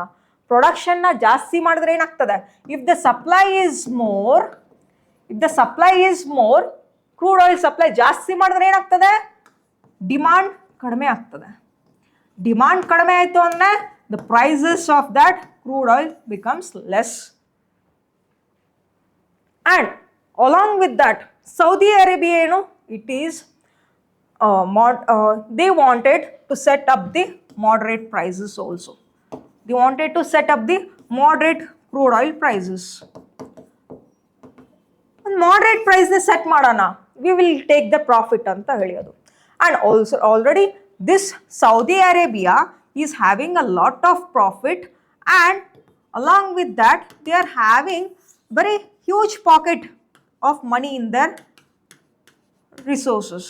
ಹೌದಾ, ಇವಾಗ ತುಂಬ ಒಂದು ಎಕ್ಸ್ಪೋರ್ಟ್ ಮಾಡಿನೇ ತುಂಬ ದುಡ್ಡನ್ನು ಜಾಸ್ತಿ ಮಾಡ್ಕೊಂಡಿದೆ. ಅದು ಹ್ಯೂಜ್ ಮನಿ ಅಥವಾ ಡೀಪ್ ಪಾಕೆಟ್ಸ್ ಅಂತ ಕರಿತೀವಿ. It's also called as deep pockets. This huge pocket or chunks of money whatever it has earn, it is sufficient for them to sustain over many years. ತುಂಬ rich ಆಗಿನೇ ಇದೆ ಅವಾಗ. ಇವಾಗ. And ತುಂಬ ದುಡ್ಡು ಜಾಸ್ತಿ ಇರೋದ್ರಿಂದ ಇದು ಏನು ಪ್ಲಾನ್ ಮಾಡ್ತಾ ಇದೆ ಅಂದ್ರೆ in order to overrule the other countries. ಕೆಲವೊಂದಿಷ್ಟು ಕಂಟ್ರೀಸ್ಗಳೇನು ಅಂದರೆ ಒಪೆಕ್ನಲ್ಲಿ ಇರುವಂಥ ರೂಲ್ಸ್ಗಳನ್ನೇ ಫಾಲೋ ಮಾಡ್ತಾ ಇಲ್ಲ ಅವರು. They are producing in large amount of the crude oil. ಅವರು ಲಾಭ ತಗೊಳ್ತಾ ಇದ್ದಾರೆ, ನಮಗೆಲ್ಲ ಅದು ಹೊಡ್ತಾ ಬೀಳ್ತಾ ಇದೆ ಅಂತೇಳಿ Saudi Arabia is plan to increase the production. ಇಷ್ಟೇ ಇದ್ರ ಕೆಲಸ. ಇವಾಗ ಏನು ಮಾಡ್ತಾ ಇದೆ Saudi Arabia, it is planning to increase the production. ಆ ಪ್ರೊಡಕ್ಷನ್ನ ಇನ್ಕ್ರೀಸ್ ಮಾಡಿಬಿಟ್ಟು ಏನು ಮಾಡ್ತದೆ ಇವಾಗ, it will set the moderate price at the global level. ಇವಾಗ ಜಾಸ್ತಿ ಇದೆ, as I told you, $110 to $120 per barrel ಇದೆ. ಬಟ್ ಅದನ್ನ ನಾವು $60 to $70 ಪರ್ ಬ್ಯಾರಲ್ಗೆ ಅದನ್ನ ತಗೊಂಡು ಬಂದ್ವಿ ಅಂತಂದ್ರೆ that is also profit for the Saudi Arabia. And this whatever the production of Saudi Arabia's crude oil, if it exports for many countries, that is also a huge profit for Saudi Arabia. Okay, bari 100 or $110 per barrel inda matra jasti profit ಆಗ್ತದೆ ಅಂತ ಇಲ್ಲ. By setting up the moderate crude oil price also, it is helpful, it is profitable for the Saudi Arabia. And in order to make the prices moderate, that is why it wanted to have a good relationship with the other importing countries as well. Example, that is India. India ಜೊತೆನೂ ಒಂದು ಒಪ್ಪಂದ ಮಾಡಿಕೊಂಡು Saudi ಅರೇಬಿಯಾದವರು they wanted to set a moderate price for India also. ಏನಕ್ಕೆ Saudi ಅರೇಬಿಯಾದವರು ಕಡಿಮೆ ಮಾಡಿದ್ರು price ಅಂತಂದರೆ, ಪ್ರೊಡಕ್ಷನ್ ಜಾಸ್ತಿ ಏನಕ್ಕೆ ಮಾಡಿದ್ರು, ಪ್ರೈಸ್ನ ಏನಕ್ಕೆ ಮಾಡ್ರೇಟ್ ಮಾಡಿದ್ರು ಅಂದರೆ, there are some countries like Kazakhstan ಆಗಿರಲಿ ಅಥವಾ ಬೇರೆ ಕಂಟ್ರೀಸ್ಗಳಾಗಿರಲಿ ತುಂಬ ಜಾಸ್ತಿ ಪ್ರೊಡಕ್ಷನ್ ಮಾಡಿಬಿಟ್ಟು ಅವರೇ ಲಾಭವನ್ನು ಪಡ್ಕೊಳ್ತಾ ಇದ್ದಾರೆ. And all the other countries ಅದು ಹೊಡ್ತಾ ಬೀಳ್ತಾ ಇದೆ. ಇವರಷ್ಟೇ ಪ್ರೊಡಕ್ಷನ್ ಜಾಸ್ತಿ ಮಾಡಿಕೊಂಡು ಇವರಷ್ಟೇ ಲಾಭ ಏನಕ್ಕೆ ಪಡ್ಕೊಳ್ಬೇಕು, ನಾವು ಕೂಡ ಪ್ರೊಡಕ್ಷನ್ನ ಜಾಸ್ತಿ ಮಾಡಿಬಿಟ್ಟು ಪ್ರೊಡಕ್ಷನ್ಗೆ ಇರುವಂಥ ಆ ಒಂದು ಮಾಡ್ರೇಟ್ ಪ್ರೈಸ್ನ ಸೆಟ್ ಮಾಡಿ we can also take the price of that, we can also take the profit from that ಅಂತ ಹೇಳಿ they are planning. Along with that recently the Trump has given the slogan that drill baby drill ಅಂತ ಹೇಳಿ, ಅಂದರೆ ತುಂಬ ಜಾಸ್ತಿ production ಮಾಡಿ ಅಂತ ಹೇಳಿ ಗೌರ್ಮೆಂಟ್ನಲ್ಲಿ ಇರುವಂಥ ಸ್ಟೇಕ್ ಹೋಲ್ಡರ್ಸ್ಗೆ ಹೇಳಿದ್ದಾರೆ ಟ್ರಂಪ್ ಅವರು. ಅದಕ್ಕೆ ಇವಾಗ USA ಕೂಡ ಪ್ರೊಡಕ್ಷನ್ ಇನ್ಕ್ರೀಸ್ ಆಗ್ತಾ ಇದೆ of that supply of the crude oil. USA Gulf ಕಂಟ್ರೀಸ್ನಲ್ಲಾಗಿರ್ಬೋದು, ಇವಾಗ everybody is planning to increase the production of crude oil. ಏನಕ್ಕೆ ಮಾಡ್ತಾ ಇದ್ದಾರೆ, in order to get the profits. ತುಂಬ ಜಾಸ್ತಿ ಮಾಡಿಬಿಟ್ಟು ಒಂದು ಪ್ರೈಸ್ಗಳನ್ನು ಅಲ್ಲಿ ಲಾಭ ಜಾಸ್ತಿ ಆಗೋದೇ ಇಲ್ಲ. ಏನಕ್ಕೆ ಅಂದರೆ ಕಡಿಮೆ ಆಮದನ್ನು ಮಾಡ್ಕೊಳ್ತಾರೆ ಬೇರೆ ಇಂಪೋರ್ಟಿಂಗ್ ಕಂಟ್ರೀಸ್ಗಳಂತ ಹೇಳಿ. That is why everybody is planning to increase the production. ನಾವ್ let us see the article.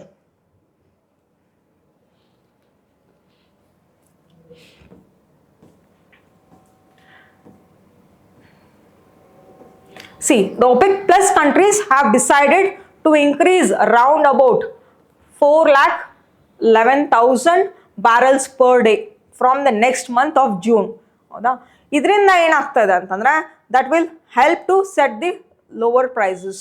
ಎಷ್ಟಾಗ್ಬೋದು ಒಂದು ಬ್ಯಾರಲ್ಗೆ ಅಂತಂದರೆ price, that barrel price will be like $60 to $65 per barrel ಇಷ್ಟು ಬರ್ತದೆ.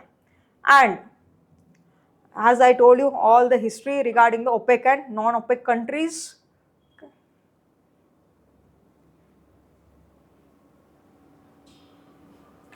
Now, very important, see here.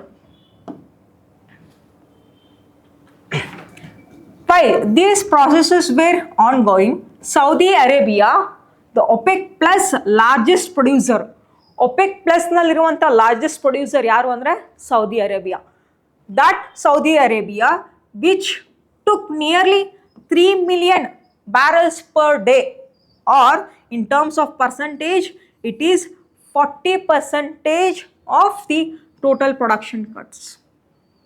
And the other OPEC overproducing countries ಗಳಿದಾವೆ. ತುಂಬ over produce ಮಾಡುವಂಥ ಒಂದು ಕ್ರೂಡ್ ಆಯಿಲ್ನ ಹೊಂದಿರುವಂಥ ದೇಶಗಳು ಯಾವುದು ಅಂದರೆ ಕಜಕಸ್ತಾನ್, ಇರಾಕ್, UAE, ನೈಜೇರಿಯಾ.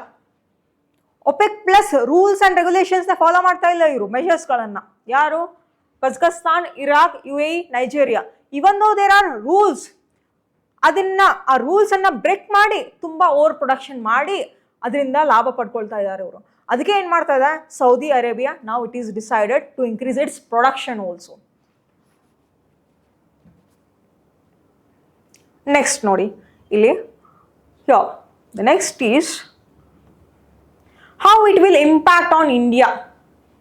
ಇಂಡಿಯಾದ ಮೇಲೆ ಅದು ಹೇಗೆ ಇಂಪ್ಯಾಕ್ಟ್ ಆಗ್ತಿದೆ, how it will be helpful ಅಂತ ಹೇಳಿ let us see that.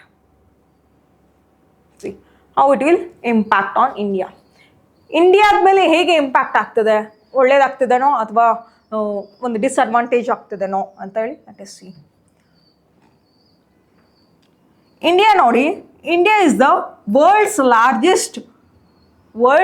Third largest crude oil importer. Very important point. India is the world's largest India is the world's third largest crude oil importer. ಇಡೀ ಒಂದು ಜಗತ್ತಿನಲ್ಲಿ ನಮ್ಮ ಒಂದು ಸ್ಥಾನ ನೋಡಿ 3ನೇ ಸ್ಥಾನದಲ್ಲಿ ಇದ್ದೀವಿ ಇಂಪೋರ್ಟ್ ಮಾಡ್ಕೊಳ್ಳಿಕ್ಕೆ, ಆಮದನ್ನ ಮಾಡ್ಕೊಳ್ಳುವಾಗ ಕ್ರೂಡ್ ಆಯಿಲ್ನ. The India round about 85% of the crude oil is imported.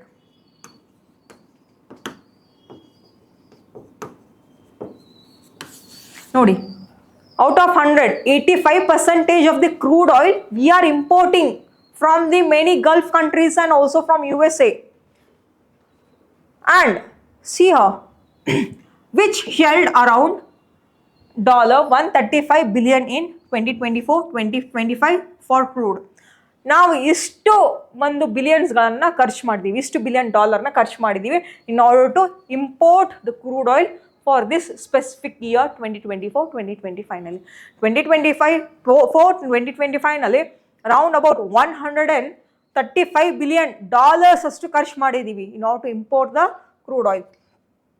But see here, this whatever the importing of this crude oil, ಆ ಒಂದು crude oil even though for 1 barrel, each barrelಗೆ $1 ಕಡಿಮೆ ಆದ್ರೂ ಕೂಡ that will helpful for the India's perspective. How it will be helpful ನೋಡಿ, even $1 ಏನಾದ್ರೂ ಅದು decrease ಆಯ್ತು ಅಂತಂದ್ರೆ ಫಾರ್ ಪರ್ ಬ್ಯಾರಲ್, 1 barrelಗೆ $1 ಕಡಿಮೆ ಆದ್ರೂ ಕೂಡ ಅದು ಎಷ್ಟು ದುಡ್ಡನ್ನ ನಾವು ಉಳಿಸ್ಕೊಳ್ಬಹುದು, ಎಷ್ಟು ಫಾರಿನ್ ಎಕ್ಸ್ಚೇಂಜ್ನ ಉಳಿಸ್ಕೊಳ್ಬಹುದು, ಫಾರೆಕ್ಸ್ನ ಉಳಿಸ್ಕೊಳ್ಬಹುದು ಅಂತಂದ್ರೆ this forex saving can be round about $1.5 billion. Okay, let us write here. As we know that in order to import any goods, we should just trade them with the help of hard currencies only. Hard currencies like US dollars ಆಗಿರಲಿ and euros ಆಗಿರಲಿ, yuan ಆಗಿರಲಿ, renminbi ಆಗಿರಲಿ, and with the help of British pound sterling ಆಗಿರಲಿ, ಇದರಲ್ಲೇ ಮಾತ್ರ ನಾವು ಟ್ರೇಡಿಂಗ್ಗೆ ಈ ಒಂದು ಹಾರ್ಡ್ ಕರೆನ್ಸೀಸ್ನ ಬಳಸ್ಕೊಳ್ಬೇಕು. When we are having the forex, ಆ ಫಾರೆಕ್ಸ್ನ ಹೆಂಗೆ ಸೇವ್ ಆಗ್ತದೆ ಅಂತಂದರೆ ಪ್ರತಿಯೊಂದು ಬ್ಯಾರಲ್ಗೂ $1 ಸೇವ್ ಆಯಿತು ಅಂತಂದರೆ ನಮ್ಮ ಫಾರೆಕ್ಸ್ ರಿಸರ್ವ್ನ ಎಷ್ಟು ಉಳಿಸ್ಕೊಳ್ಬಹುದು, ಎಷ್ಟು ಸೇವಿಂಗ್ಸ್ ಆಗ್ತದೆ ಅಂತಂದರೆ round about $1.5 billion we can save for a foreign exchange. ಅದು ನಮ್ಮಲ್ಲೇ ಉಳ್ಕೊಳ್ತದೆ. See, this is the positive impact on Indian economy. ನೋಡಿ, price of that crude oil ಏನಾದರೂ ಕಡಿಮೆ ಆಯಿತು ಅಂತಂದರೆ we can save this much of money for each barrel. ಪ್ರತಿ $1 ಏನಾದರೂ ಕಡಿಮೆ ಆದ್ರೂ ಕೂಡ ಇಷ್ಟು ದುಡ್ಡು ಉಳ್ಕೊಳ್ಬಹುದು, ನಮ್ಮ ಹತ್ರ ಉಳಿಸ್ಕೊಳ್ಬಹುದು ಅಂತ ಹೇಳಿ. And this is a positive impact. Next, let us see the other positive impacts as well.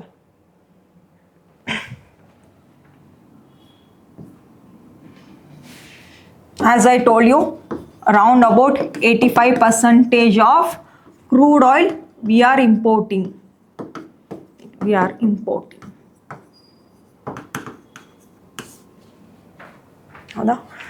If the price becomes low at the global level, global ಲೆವೆಲ್ನಲ್ಲಿ ಕ್ರೂಡ್ ಆಯಿಲ್ ಪ್ರೈಸ್ ಏನಾದರೂ ಡಿಕ್ರೀಸ್ ಆಯಿತು ಅಂದರೆ we will also get the crude oil at lower level. Indian ಮಾರ್ಕೆಟ್ನಲ್ಲಿನೂ ಕೂಡ ಏನಾಗ್ತದೆ, whatever the global level crude oil they are just selling at the lower prices, adu Indian market nallinu kuda the price will decrease.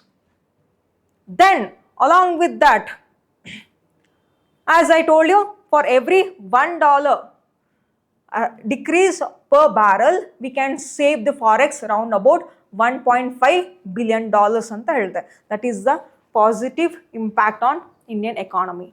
The next is regarding the inflation. Regarding the inflation, how it will impact on inflation. How it will impact on inflation. ಹೇಗೆ impact ಆಗ್ತದೆ ಅದು inflation ಮೇಲೆ? C how.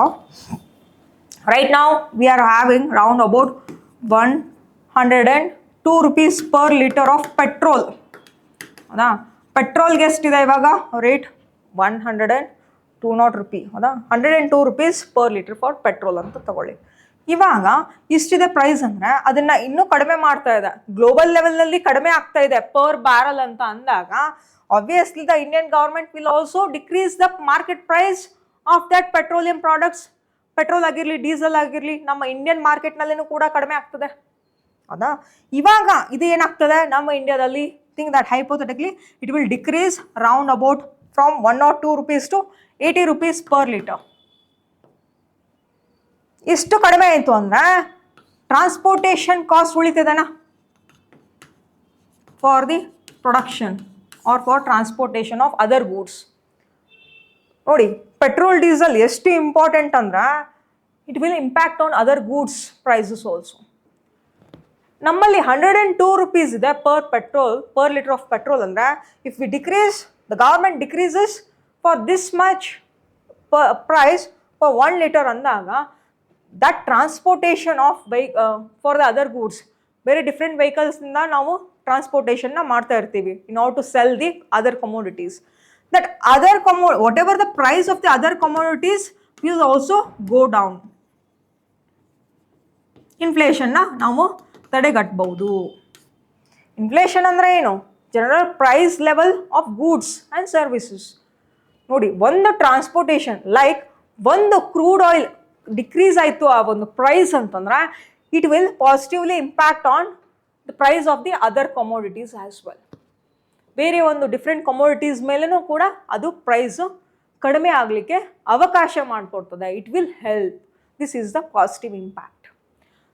Next, negative ಇಂಪ್ಯಾಕ್ಟ್ನ ನೋಡೋಣ. This are all the positive impact. You should write in your mains answer writing. Negative ಇಂಪ್ಯಾಕ್ಟ್ನ ನೋಡೋಣ. The negative impact is negative impact.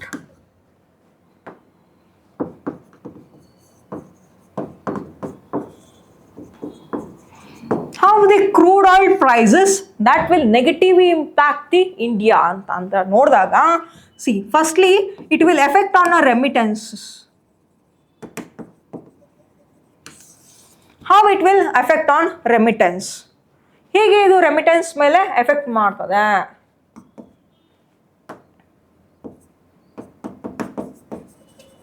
See, most of the Indian citizens, they are working as NRIs in different foreign countries. ತುಂಬಾ ಜನರು ಏನು ಮಾಡ್ತಾ ಇದ್ದಾರೆ ಅಂದರೆ, they have went out of India and they are just working in different countries as a NRI. ನಮ್ಮವ್ರು ನೋಡಿ, NRIsಗಳು who are working in Gulf countries, specially ಇದು ಸೌದಿ ಅರೇಬಿಯಾ ಆಗಿರ್ಬೋದು and other OPEC countries and OPEC plus ಕಂಟ್ರೀಸ್ನಲ್ಲಿ work ಮಾಡ್ತಾ ಇರ್ತಾರೆ. ಈ Gulf ಕಂಟ್ರೀಸ್ಗೆ ತುಂಬ ಪ್ರಾಫಿಟ್ ಎಲ್ಲಿಂದ ಬರ್ತಾ ಇದ್ದಾರೆ? By selling the crude oil. Major profit for the Gulf countries is, Gulf ಕಂಟ್ರೀಸ್ಗಳಿಗೆ ಮೇಜರ್ ಪ್ರಾಫಿಟ್ ಏನು ಅಂತಂದರೆ, for the Gulf countries the major profit is by selling the crude oil.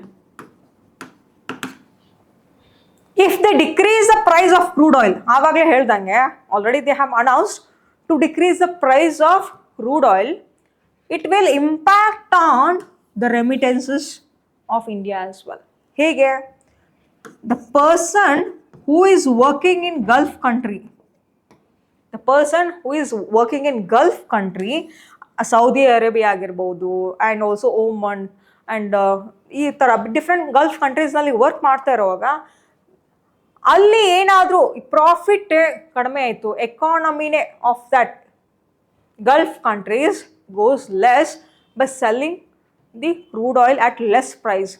ತುಂಬ ಜಾಸ್ತಿ ಪ್ರೈಸ್ನಲ್ಲಿ ಸೆಲ್ ಮಾಡಿದಾಗ ಅವ್ರಿಗೆ ತುಂಬ ಪ್ರಾಫಿಟ್ ಆಗ್ತಾ ಇತ್ತು ಅಂದರೆ ಅಲ್ಲಿನೂ ಕೂಡ the citizens who are working at Gulf countries their salary would have been increased. ಹೌದಾ?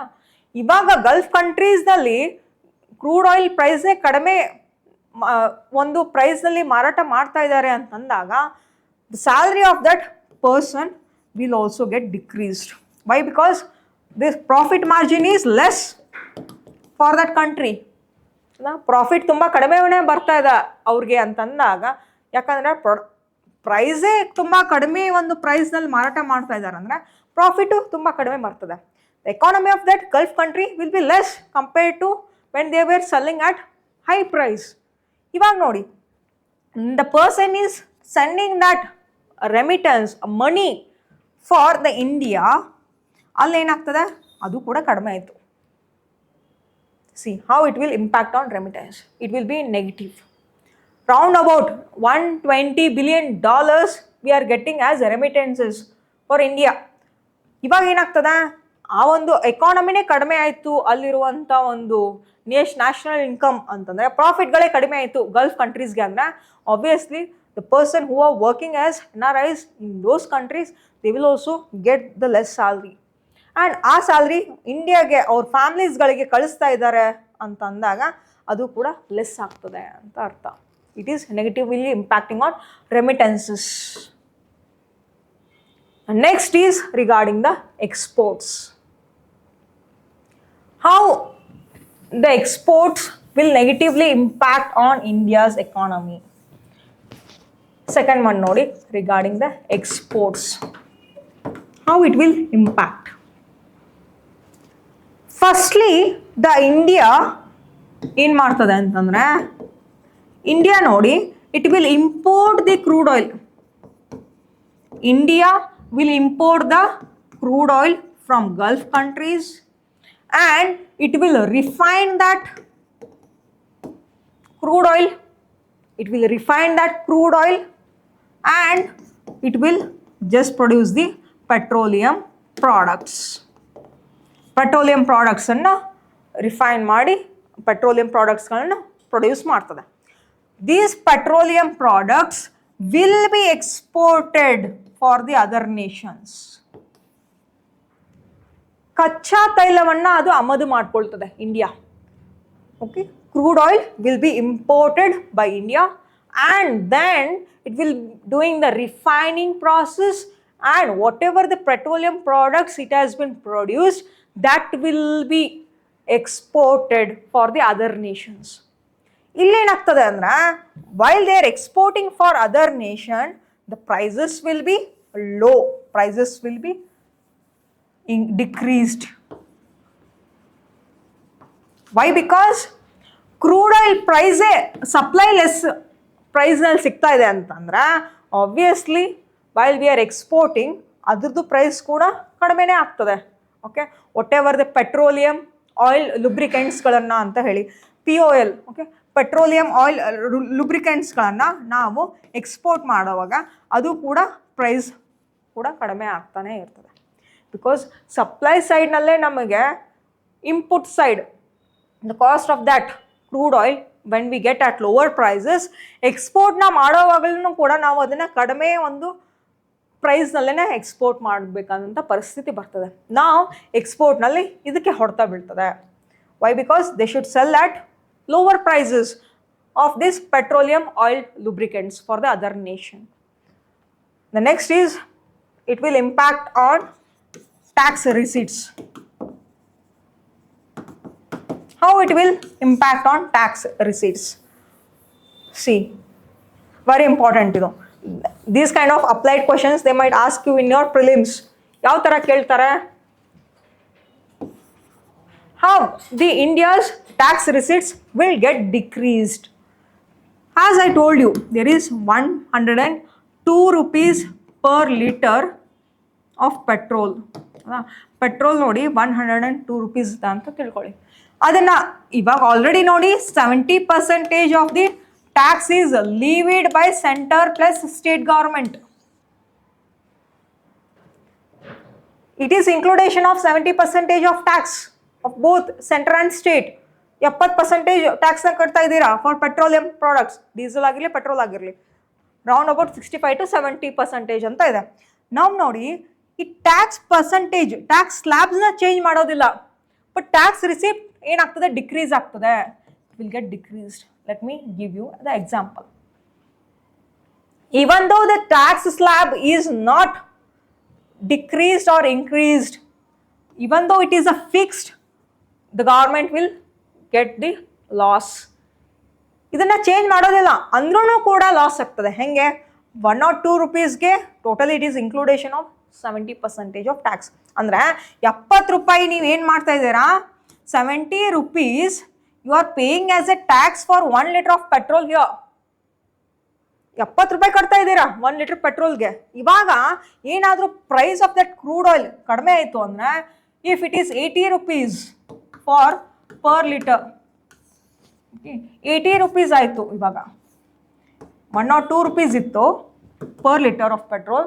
ನಾವು government of India it has announce the price of 80 rupees per litre of petrol ಅಂತ ಅಂದರೆ, even though 70 rupees, even though 70% of tax, the same tax, if it is levied also, it will be loss. ಹೇಗೆ 80 rupeesಗೆ 70% ಅಂದರೆ ಎಷ್ಟಾಯ್ತು ಇಲ್ಲಿ? It is round about nearly 60 rupees. Yeah, 55 to 60 rupees. 60 rupees per liter tax ಅನ್ನ ತಗೊಳ್ತಾ ಇದೆ. ಇಲ್ಲಿ ನೋಡಿ, compare ಯಾ 102 rupees per litre ಇದ್ದಾಗ 70 ರೂಪಾಯಿ ಲಾಭ ಆಗ್ತಿತ್ತು tax, central government as well as state government. ಇಲ್ಲಿ ನೋಡಿ 80 ರೂಪಾಯಿಗೆ ಅದೇನಾದರೂ ಪೆಟ್ರೋಲ್ ಮತ್ತು ಡೀಸೆಲ್ ಅನ್ನ ಫಿಕ್ಸ್ ಮಾಡಿದ್ರೆ ಇಷ್ಟು ರೇಟು, ಇವನ್ ದ 70% ಟ್ಯಾಕ್ಸ್ ಅನ್ನ ಲಿವಿ ಮಾಡಿದ್ರು ಕೂಡ it will get only the tax of this much rupee. ಇವಾಗ compare of 70 rupees and 55 rupees tax. ಇಲ್ಲಿ ಏನಾಯಿತು, the tax receipt will get deducted, reduced. 15 ರೂಪಾಯಿ ಲಾಸ್ ಆಯ್ತಲ್ವಾ ಕಂಪೇರ್ ಟು ದಟ್ ಮನಿ, ಹೌದಾ? See, this is what it will decrease the tax receipts of India. ದೇಶಕ್ಕೆ ಬರುವಂಥ ಆದಾಯ decrease ಆಗ್ತದೆ ಏನಾದರೂ ಕಡಿಮೆ ಮಾಡಿದ್ರು ಅಂತ ಅಂದರೆ. ಟ್ಯಾಕ್ಸ್ ಸ್ಲ್ಯಾಬ್ಸ್ ಸೇಮ್ ಇರ್ತದೆ, the tax percentage of the tax will be same. Even though it is same, there will be decrease of tax receipts. Already ಹೇಳ್ದಂಗೆ with this example. Just analyze this and you will get to know how it will be negatively impacting on tax receipts on India. This is the analyzation of this article. See how it will impact. So it is having both advantages and disadvantage on Indian economy as well. The next is regarding the understanding India's relationship with Turkey and Azerbaijan. Already we have been seeing after the Operation Sindhu, the president of the Turkey ಏನು ಮಾಡಿದ್ರು ಅಂತಂದರೆ, he has just announced openly that he is in support of the Pakistan. Let us see how it will impact on Turkey and Azerbaijan relationship with India's relationship. India's relationship ಯಾವ ಥರ ಒಂದು positive ಇದೆನೋ ಅಥವಾ negatively impact ಆಗ್ತದೇನೋ ಅಂತೇಳಿ let us C along with the charts. Firstly we should know the static part of the Turkey and Azerbaijan relationship.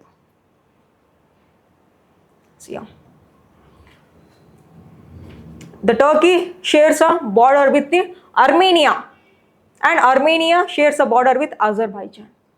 Now the Indian traders are boycotting the whatever the exports they are making from the Turkey and Azerbaijan. Turkey ಮತ್ತೆ Azerbaijan ಏನು ಅಂತಂದ್ರೆ, the Turkey and Azerbaijan are friends and Turkey, Armenia, they are enemies. Armenia, Azerbaijan are enemies. ಶತ್ರುವಿನ ಶತ್ರು ಮಿತ್ರ. ಇಲ್ಲಿ Turkey and Azerbaijan are friendly in nature. They are so friendly. Why? Because of the Armenia issue, the conflict it is having with both the neighboring countries. ಅದರಿಂದ ಏನಾಗಿದೆ ಅಂದರೆ ಇದು ದುಶ್ಮನ್ ಥರ ಆಗಿದೆ for Azerbaijan and Turkey. Now let us see the static part.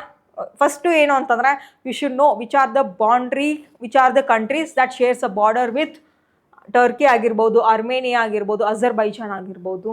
And Turkey it will share a border ಯಾವುದಿದೆ ಅಲ್ಲಿ sea ಅಂತಂದರೆ Black Sea is there. Azerbaijan ಇಲ್ಲಿ ಯಾವುದಿದೆ ಅಂದರೆ ಕ್ಯಾಸ್ಪಿಯನ್ ಸಿ ಇದೆ.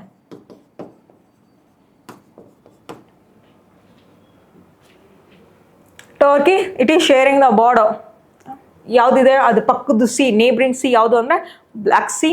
ಆ್ಯಂಡ್ ಹಿಯರ್ ಫಾರ್ ಅಜರ್ಬೈಜಾನ್ಗೆ ಇದು ಕ್ಯಾಸ್ಪಿಯನ್ ಸಿ ಇದೆ, ಬಾರ್ಡರ್ ಶೇರ್ ಮಾಡ್ಕೊಳ್ತದೆ. And see uh Armenia it is friendly with the Russia S well. Friendly country ಇದು with Russia. Armenia is a friendly country for Russia. ಏನಕ್ಕೆ ಇದು friendly country with Russia ಅಂದರೆ Azerbaijan ನೋಡಿ that is sharing the border with Russia.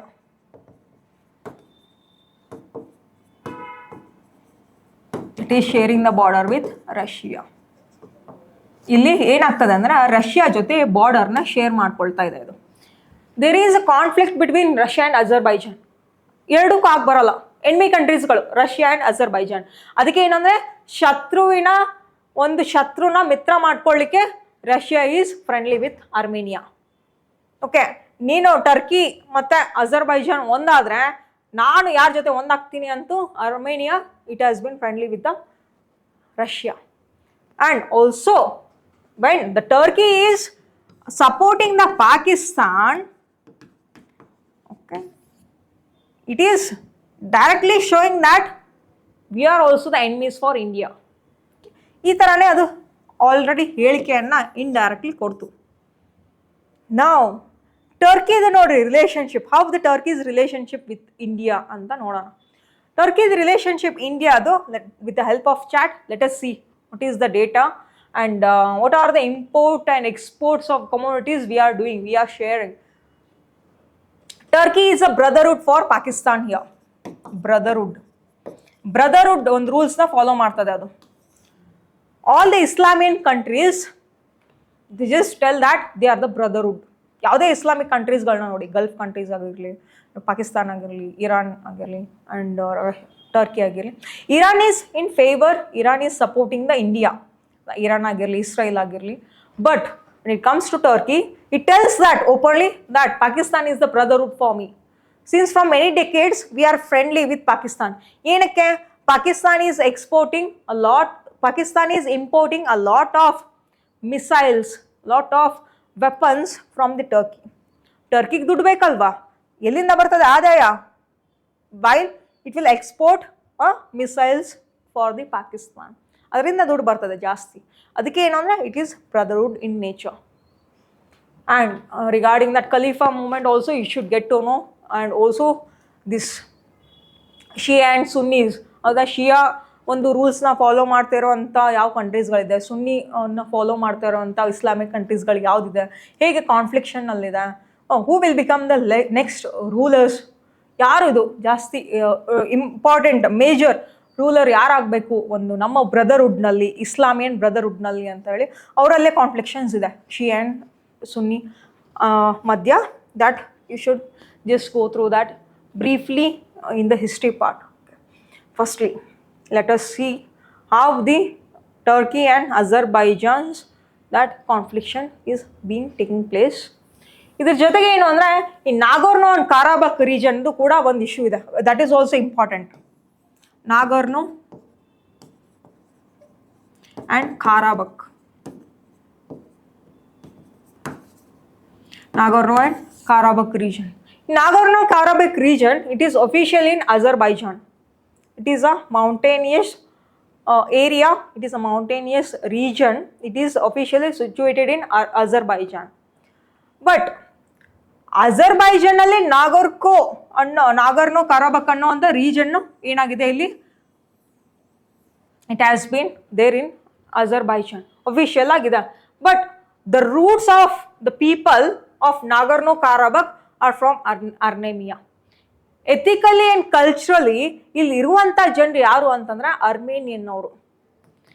Even though it is situated in Azerbaijan. There was a war between Azerbaijan and Armenia also a few years back. 1980s ನಲ್ಲಿ ನೋಡಿ Armenia had won this Nagorno-Karabakh region 1980s ನಲ್ಲಿ. But 1984 ಟೈಮ್ನಲ್ಲಿ and also 1994 ನಲ್ಲಿನೂ ಕೂಡ war ಆಯಿತು. 1994 ನಲ್ಲಿ conflict ಆದಂಥ Azerbaijan Armenia ಮಧ್ಯೆ Armenia one that war 1994. 2020 ನಲ್ಲಿ ಬಂದಾಗ 2020 ನಲ್ಲಿ ನೋಡಿ Azerbaijan invaded the Nagorno-Karabakh region. It has overtook that region. Now it is in Azerbaijan hands. Next, let us see the article related to this. ಏನಿದೆ how the India's relationship with the Turkey and Azerbaijan. ಇವಾಗ ಆಲ್ರೆಡಿ static ಪಾರ್ಟ್ನ ಎಲ್ಲವನ್ನ ಓದ್ಕೊಂಡ್ವಿ. Let us see the important articles of that. See, due to the conflict of India and Pakistan's war, the Turkey has supported the India, the Turkey and Azerbaijan. The Turkey and Azerbaijan support the Pakistan after India military confrontation of Pahalgam attack. Open ಆಗಿನೇ even Turkey Azerbaijan they were supporting the Pakistan. ಅದರಿಂದ ಏನಾಗ್ತಾ ಬಂತು ಅಂದರೆ the Indian traders, the Indian travel ಪ್ಲಾಟ್ಫಾರ್ಮ್ಸ್ಗಳು ಏನು ಮಾಡ್ತು, they were cancelling the tour bookings of these countries. European ಕಂಟ್ರೀಸ್ನಲ್ಲಿ tour ನಮ್ಮ ಇಂಡಿಯನ್ಸ್ಗಳು, most of the Indians they were just going for the European countries for travelling for tourism purpose. European ಕಂಟ್ರೀಸ್ಗೆ ಹೋದ್ರು ಅಂತಂದರೆ ತುಂಬ ಕಾಸ್ಟ್ಲಿ ಆಗ್ತದೆ ಅಲ್ಲಿ ಎಲ್ಲವೂ ಕೂಡ. ಆ ಒಂದು ಟೋಟಲಿ ಆ ಒಂದು ಫೆಸಿಲಿಟೀಸ್ ಆಗಿರಲಿ, ಆ ಒಂದು ನೇಚರ್ ಎಂಜಾಯ್ಮೆಂಟ್ ಆಗಿರಲಿ, ಎಲ್ಲವನ್ನು ಕೂಡ ಟರ್ಕಿ ಆ್ಯಂಡ್ ಅಜರ್ಬೈಜಾನ್ನಲ್ಲಿ ಚೀಪ್ ರೇಟ್ನಲ್ಲಿ ಸಿಗ್ತದೆ ಅದು ಅಂತ ಹೇಳಿ. That's why most of the Indians they use to go for tourism for Turkey and Azerbaijan. ಇಲ್ಲಿ ನೋಡಿ most of the traders, Indian traders, marble traders, Indian marble traders ಆಗಿರಲಿ, ಇಂಡಿಯನ್ ಆ್ಯಪಲ್ ಟ್ರೇಡರ್ಸ್ಗಳಾಗಿರಲಿ, ಆ್ಯಂಡ್ ಇಂಡಿಯನ್ ಟೂರಿಸಮ್ ಬುಕ್ಕಿಂಗ್ ಟ್ರೇಡರ್ಸ್ಗಳಾಗಿರಲಿ, all these Indian tourism ಪ್ಲಾಟ್ಫಾರ್ಮ್ಸ್ಗಳಾಗಿರಲಿ, they have boycotted these countries. Turkey and Azerbaijan ಜೊತೆ ನಾವು ಯಾವುದೂ ಕೂಡ ಒಪ್ಪಂದವನ್ನು ಮಾಡ್ಕೊಳ್ಳೋದಿಲ್ಲ, ಅಗ್ರಿಮೆಂಟ್ನ ಕ್ಯಾನ್ಸಲ್ ಮಾಡ್ಕೊಳ್ತೀವಿ ಅಂತೇಳಿ. ದಟ್ ಈಸ್ ದ ಇಶ್ಯೂ ನಾವು. And also along with that, the institutions of IIT Bombay, such as IIT Bombay agirli, IIT Roorkee agirli, Jawaharlal Nehru University agirli, they have suspended the memorandum of understanding with some Turkish universities. And this is a drawback for the Turkey because tumba horta bilta ide Turkey and Azerbaijan ge. It is less impact on India. Even though it is a less impact on India, if we do this kind of banning and everything boycotting, it will help us for us only in order to be in friendly relationship with the other foreign nations. Open agine iವರು ಏನು ಅಂತಂದ್ರೆ while they are supporting the Pakistan, sometimes we should be diplomatic with these nations also. Let us see the chart here. Chart shows Turkey's arms export to Pakistan. This is the Turkey that is exporting lot of these kinds of weapons and artilleries for Pakistan, and this is Armenia's exports. India's weapon exports to Armenia. Now ಏನು ಕಳಿಸ್ತಾ ಇದ್ದೀವಿ, the chart shows India's weapons export to Armenia. Armenia is a friendly nation with us. Friendly nation ಇದೆ. It is between Turkey and Azerbaijan as I showed you in a map. ನಾವು ಅಲ್ಲಿ ಏನನ್ನೆಲ್ಲ ಕಳಿಸ್ತಾ ಇದ್ದೀವಿ ಅರ್ಮೇನಿಯಾಗಂದ್ರೆ ಆಕಾಶ್ ಸಿಸ್ಟಮ್ ಆಗಿರ್ಬೋದು. This is surface to air missile. Akash is a surface to air missile.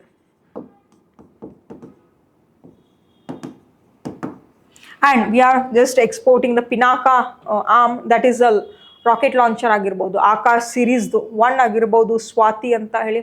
It is a radar that we are exporting for the Armenia. And Armenia is also friendly in relationship with the Russia. Armenia, Russia, India, all friendly nations. Turkey, Azerbaijan, Pakistan, they are friendly with Pakistan. Okay. And see here, this is very important chart. The country-wise share of India's imports of crude oil for over 6 years. 6 ವರ್ಷದ್ದು ಒಂದು ರಿಪೋರ್ಟ್ನ ನೋಡಿದಾಗ ತುಂಬ ಜಾಸ್ತಿ ನಾವು ಯಾವ ದೇಶದಿಂದ import ಮಾಡ್ಕೊಳ್ತಾ ಇದ್ದೀವಿ ಕ್ರೂಡ್ ಆಯಿಲ್ ಅಂತಂದ್ರೆ the first place that stands for Iraq. ಇರಾಕಿಂದ we are importing a lot of crude oil. Firstly Iraq, next Saudi Arabia, UAE, Russia, USA, Australia, Turkey and Azerbaijan. See, by summing of all this, even it is a less than 1%, that will impact on their economy. ನಾವು import ಮಾಡ್ಕೊಳ್ತಾ ಇರೋದು ತುಂಬಾ ಕಡಿಮೆ from Turkey and Azerbaijan. These are the enemy countries for us right now.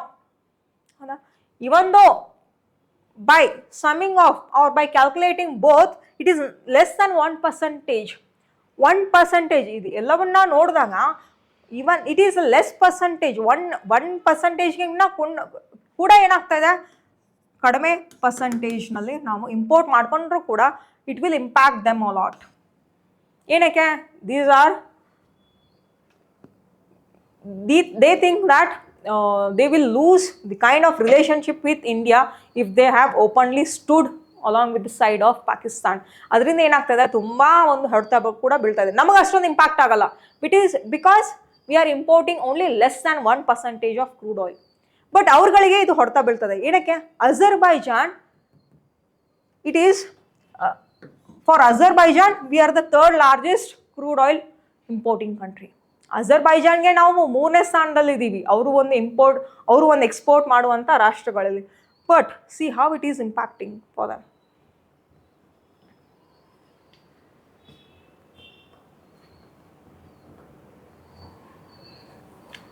See here,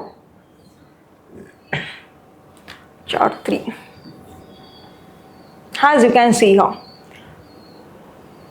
the combined crude imports of totally India's total crude import has remained below 1% over the past 6 years of sharing of Azerbaijan's and Turkey's crude oil.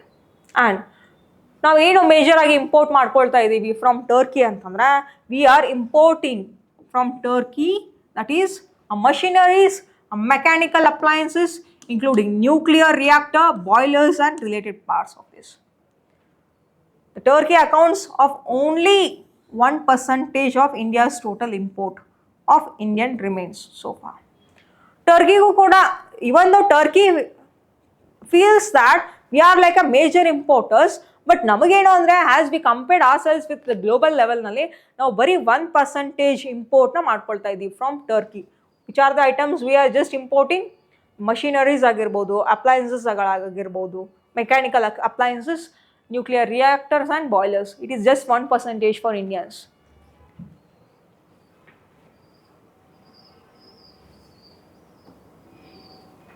And also the data shows Indian tourists farmed less than 1% of tourists to Turkey in 2024. These are the this is the data that you can just write up in your mains answer writing. See here. And what are the import? See, we are importing a lot of nuclear reactors and machineries, not from Turkey and Azerbaijan. Firstly, the major importing the country is the India from the China. ಚೈನಾದಿಂದ ನಾವು ತುಂಬ ಒಂದು ಇಂಪೋರ್ಟ್ನ ಮಾಡ್ಕೊಳ್ತಾ ಇದ್ದೀವಿ the nuclear ರಿಯಾಕ್ಟರ್ಸ್ನ. The next one is Germany ಆಗಿರ್ಬೋದು, USA ಆಗಿರ್ಬೋದು, Japan, Singapore and Turkey. Turkey is, see, for Indian perspective, the India is only importing around about 0.7% of the nuclear reactors at the global level. But ಅದಕ್ಕೆ ಏನು ಅಂದರೆ India is the biggest market for exporting these nuclear reactors for them. It is negatively impacting for the Turkey and Azerbaijan rather than the India. That's what it is there in this article. You should just analyze which are the equipments that we will be importing from the Turkey agirbodu and from the Azerbaijan also. That is the end of this topic. These are the several topics that is important, and rest from tomorrow we will just go with the other important articles from the day to day's analysis. Thank you so much and have a great day.